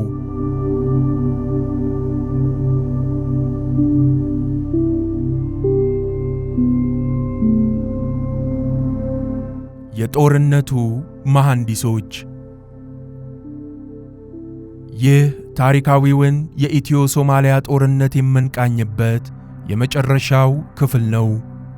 በዚህ ክፍል በኢትዮጵያ ወገን ሆነው ጦርነቱን ሲመሩ ከነበሩ ታዋጊዎችና የጦር ሜዳ ጀግኖች መካከል ከአንዳንዶቹ ጋር እንተዋወቃለን። አንደኛ፣ ሊቀመንበር መንግስቱ ኃይለ ማርያም። ሊቀመንበር መንግስቱ የኢትዮጵያ ጦር የበላይ አዛዥ ነበሩ። የጦርነቱን የዘመቻ ዕቅድ በመንደፍና ጦር በመምራት ሰራዊቱን ባያዋጉትም ለጦርነቱ የሚያስፈልገውን አመራር በመስጠት ከፍተኛ ሚና ተጫውተዋል። በየሀገሩ እየዞሩ መሳሪያ በመለመንና የኢትዮጵያ ሕዝብን በመቀስቀስ ረገድ የአንበሳ ድርሻ ነበራቸው። በተጨማሪም 300,000 ሚሊሻ ጦር በአጭር ጊዜ ውስጥ የሰለጠነበትን የታጠቅ ጦር ሰፈር የመሰረቱት እርሳቸው ናቸው። ሊቀመንበር መንግስቱ ተኩስ በሚደረግበት ትርኢት ውስጥ አልገቡም። ነገር ግን የሶማሊያ ጦር የሐረርን ከተማ ከቦ ሲያስጨንቃት በነበረበት ጊዜ በከተማዋ መሃል ላይ ባለው የሐረር የጦር አካዳሚ የጦር መሪዎቻቸውንና የሶቪየት ጓዶቻቸውን በመሰብሰብ ስለ ውጊያው ይነጋገሩ ነበር። ከዚህ እንደምንረዳው መንጌ ጭካኔ ቢኖርባቸውም ድፍረትም ነበራቸው። በጣም የሚገርመው ደግሞ የኢትዮጵያ ጦር ጅጅጋን ከተቆጣጠረ በኋላ በማግስቱ ሊቀመንበር መንግስቱ ከተማዋን መጎብኘታቸው ነው።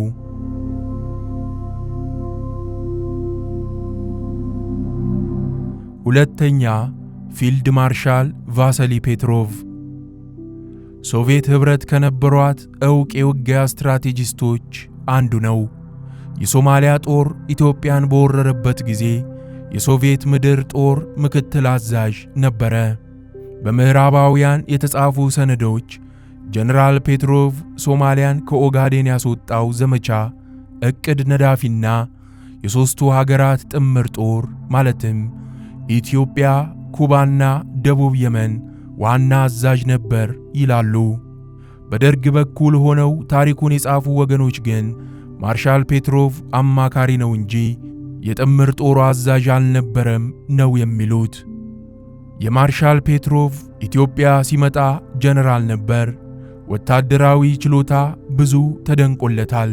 ነገር ግን ከኢትዮጵያ አዛዦች ጋር ተግባብቶ የመስራት ችሎታ አልነበረውም። በተለይም ከአየር ኃይሉ አዛዥ ኮሎኔል ፋንታ በላይ ጋር በከፍተኛ ውዝግብ ውስጥ ገብቶ ነበር። የውዝግቡ መነሻ የኢትዮጵያ የጦር አውሮፕላኖች ሶማሊያ ድንበር ውስጥ ገብተው ጥቃት መፈጸማቸው ነው። ማርሻል ፔትሮቭ አውሮፕላኖቹ ሶማሊያ መግባታቸውን ይቃወማል። ኮሎኔል ፋንታ ደግሞ መሬታችንን የያዘብንን ጠላት እስከ ሞቃዲሾ ድረስ ሄደን የመዋጋት መብት አለን ባይ ነበር።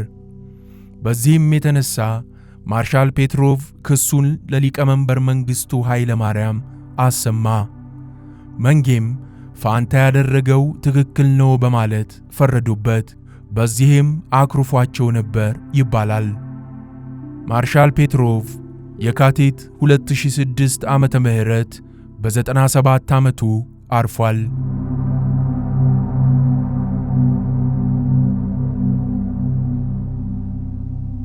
ሶስተኛ፣ ሌተናንት ጀነራል አርላንዶ ኦቾዋ። ወደ ኢትዮጵያ የመጣው የኩባ ጦር አዛዥ ነው። ይህም ጀነራል ግሩም የሆነ ወታደራዊ ችሎታ የነበረው ሲሆን ከኢትዮጵያ የጦር መኮንኖችም ጋር ተግባብቶ በመስራት ተደናቂነትን አትርፏል። እርሱ ያዘመተው ጦር ለፈጸመው ጀብዱ መታሰቢያ የሆነው ዘንድ የኢትዮጵያ ከፍተኛ ደረጃ ኒሻን ተሸልሟል።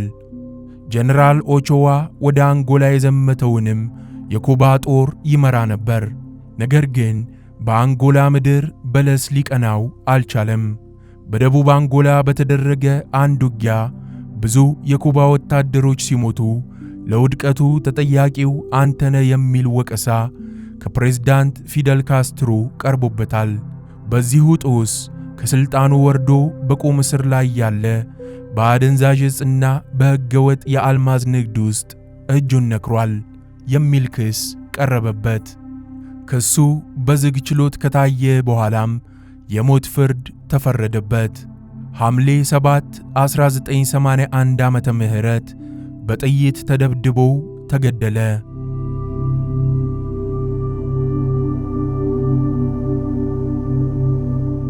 አራተኛ ብርጋዴር ጀነራል ለገሰ ተፈራ የህብረተሰባዊት ኢትዮጵያ ጀግና። የኢትዮጵያ አየር ኃይል ካፈራቸው ምርጥ አብራሪዎች አንዱ ነው። በአየር ውጊያ 6 የሶማሊያ ሜግ ጄቶችን በማጋየት ጀብዶ የፈጸመ ተዋጊም ነው።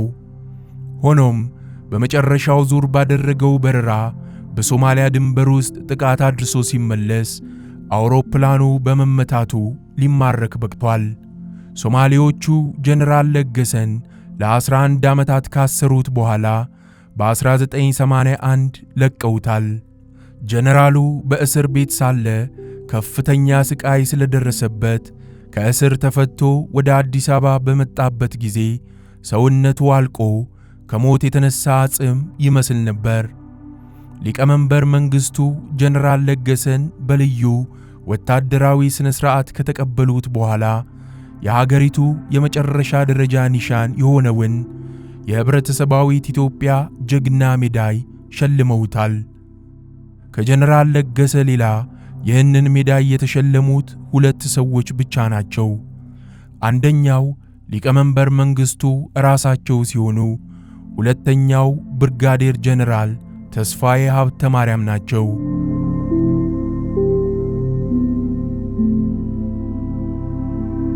አምስተኛ ሌተናል ኮሎኔል ፋንታ በላይ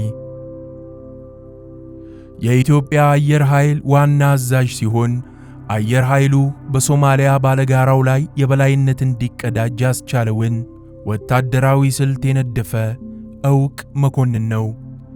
በተለይም የኢትዮጵያ አየር ኃይል በሶማሊያ ድንበር ውስጥ እየገባ የሶማሊያ ሰራዊት የዕደላ የስምሪት መስመሮችን እንዲደበድብ የሚለውን ሐሳብ ያመነጨው እርሱ ነው። በዚህም ከፍተኛ ውጤት አስገኝቷል። ሌተናል ኮሎኔል ፋንታ በላይ በአየር ኃይል አዛዥነቱ እስከ 1979 አገልግሏል።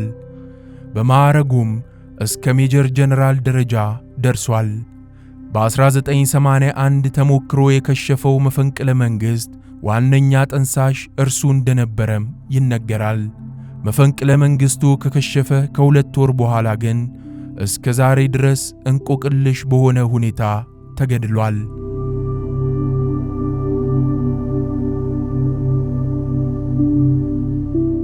ስድስተኛ ኮሎኔል ተስፋዬ ገብረ ኪዳን የኢትዮጵያ ታንከኛ ጦርን በማደራጀት ለውጊያው ያዘጋጀ መኮንን ነው። ኮሎኔል ተስፋዬ ከጊዜ በኋላ በሌተናንት ጀነራል ማዕረግ የኢትዮጵያ መከላከያ ሚኒስቴር ሆኗል። ፕሬዝዳንት መንግስቱ ሀገር ጥለው ከሄዱ በኋላም ለ6 ቀናት የኢትዮጵያ መሪ ነበር።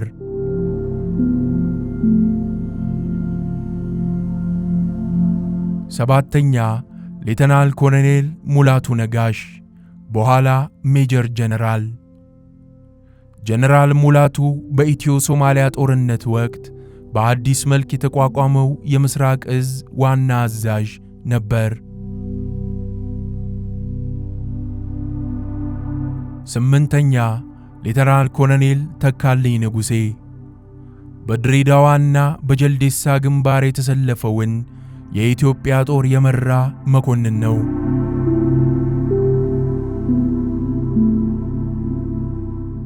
ዘጠነኛ ኮሎኔል ተስፋዬ ሀብተ ማርያም በኋላ ብርጋዴር ጀነራል በጭናክሰን ግንባር አስደናቂ ጥቃት በመፈጸም ለታላቁ የካራማራ ድል መንገድ የከፈተው የኢትዮጵያ የፓራ ኮማንዶ ኃይል አዛዥ ነበረ።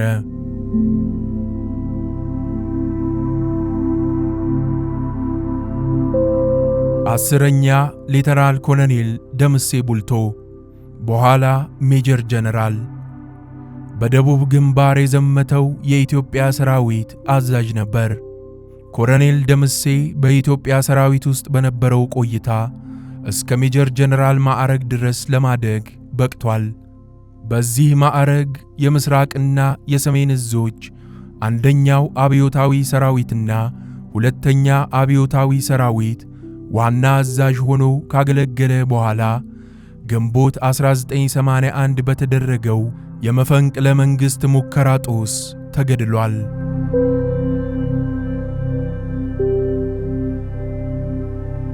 ጀግኖቻችንን እናከብራለን። በኢትዮ ሶማሊያ ጦርነት የሀገራቸውን ዳር ድንበር ለማስከበር የተሰዉ ጀግኖቻችንን እናከብራለን።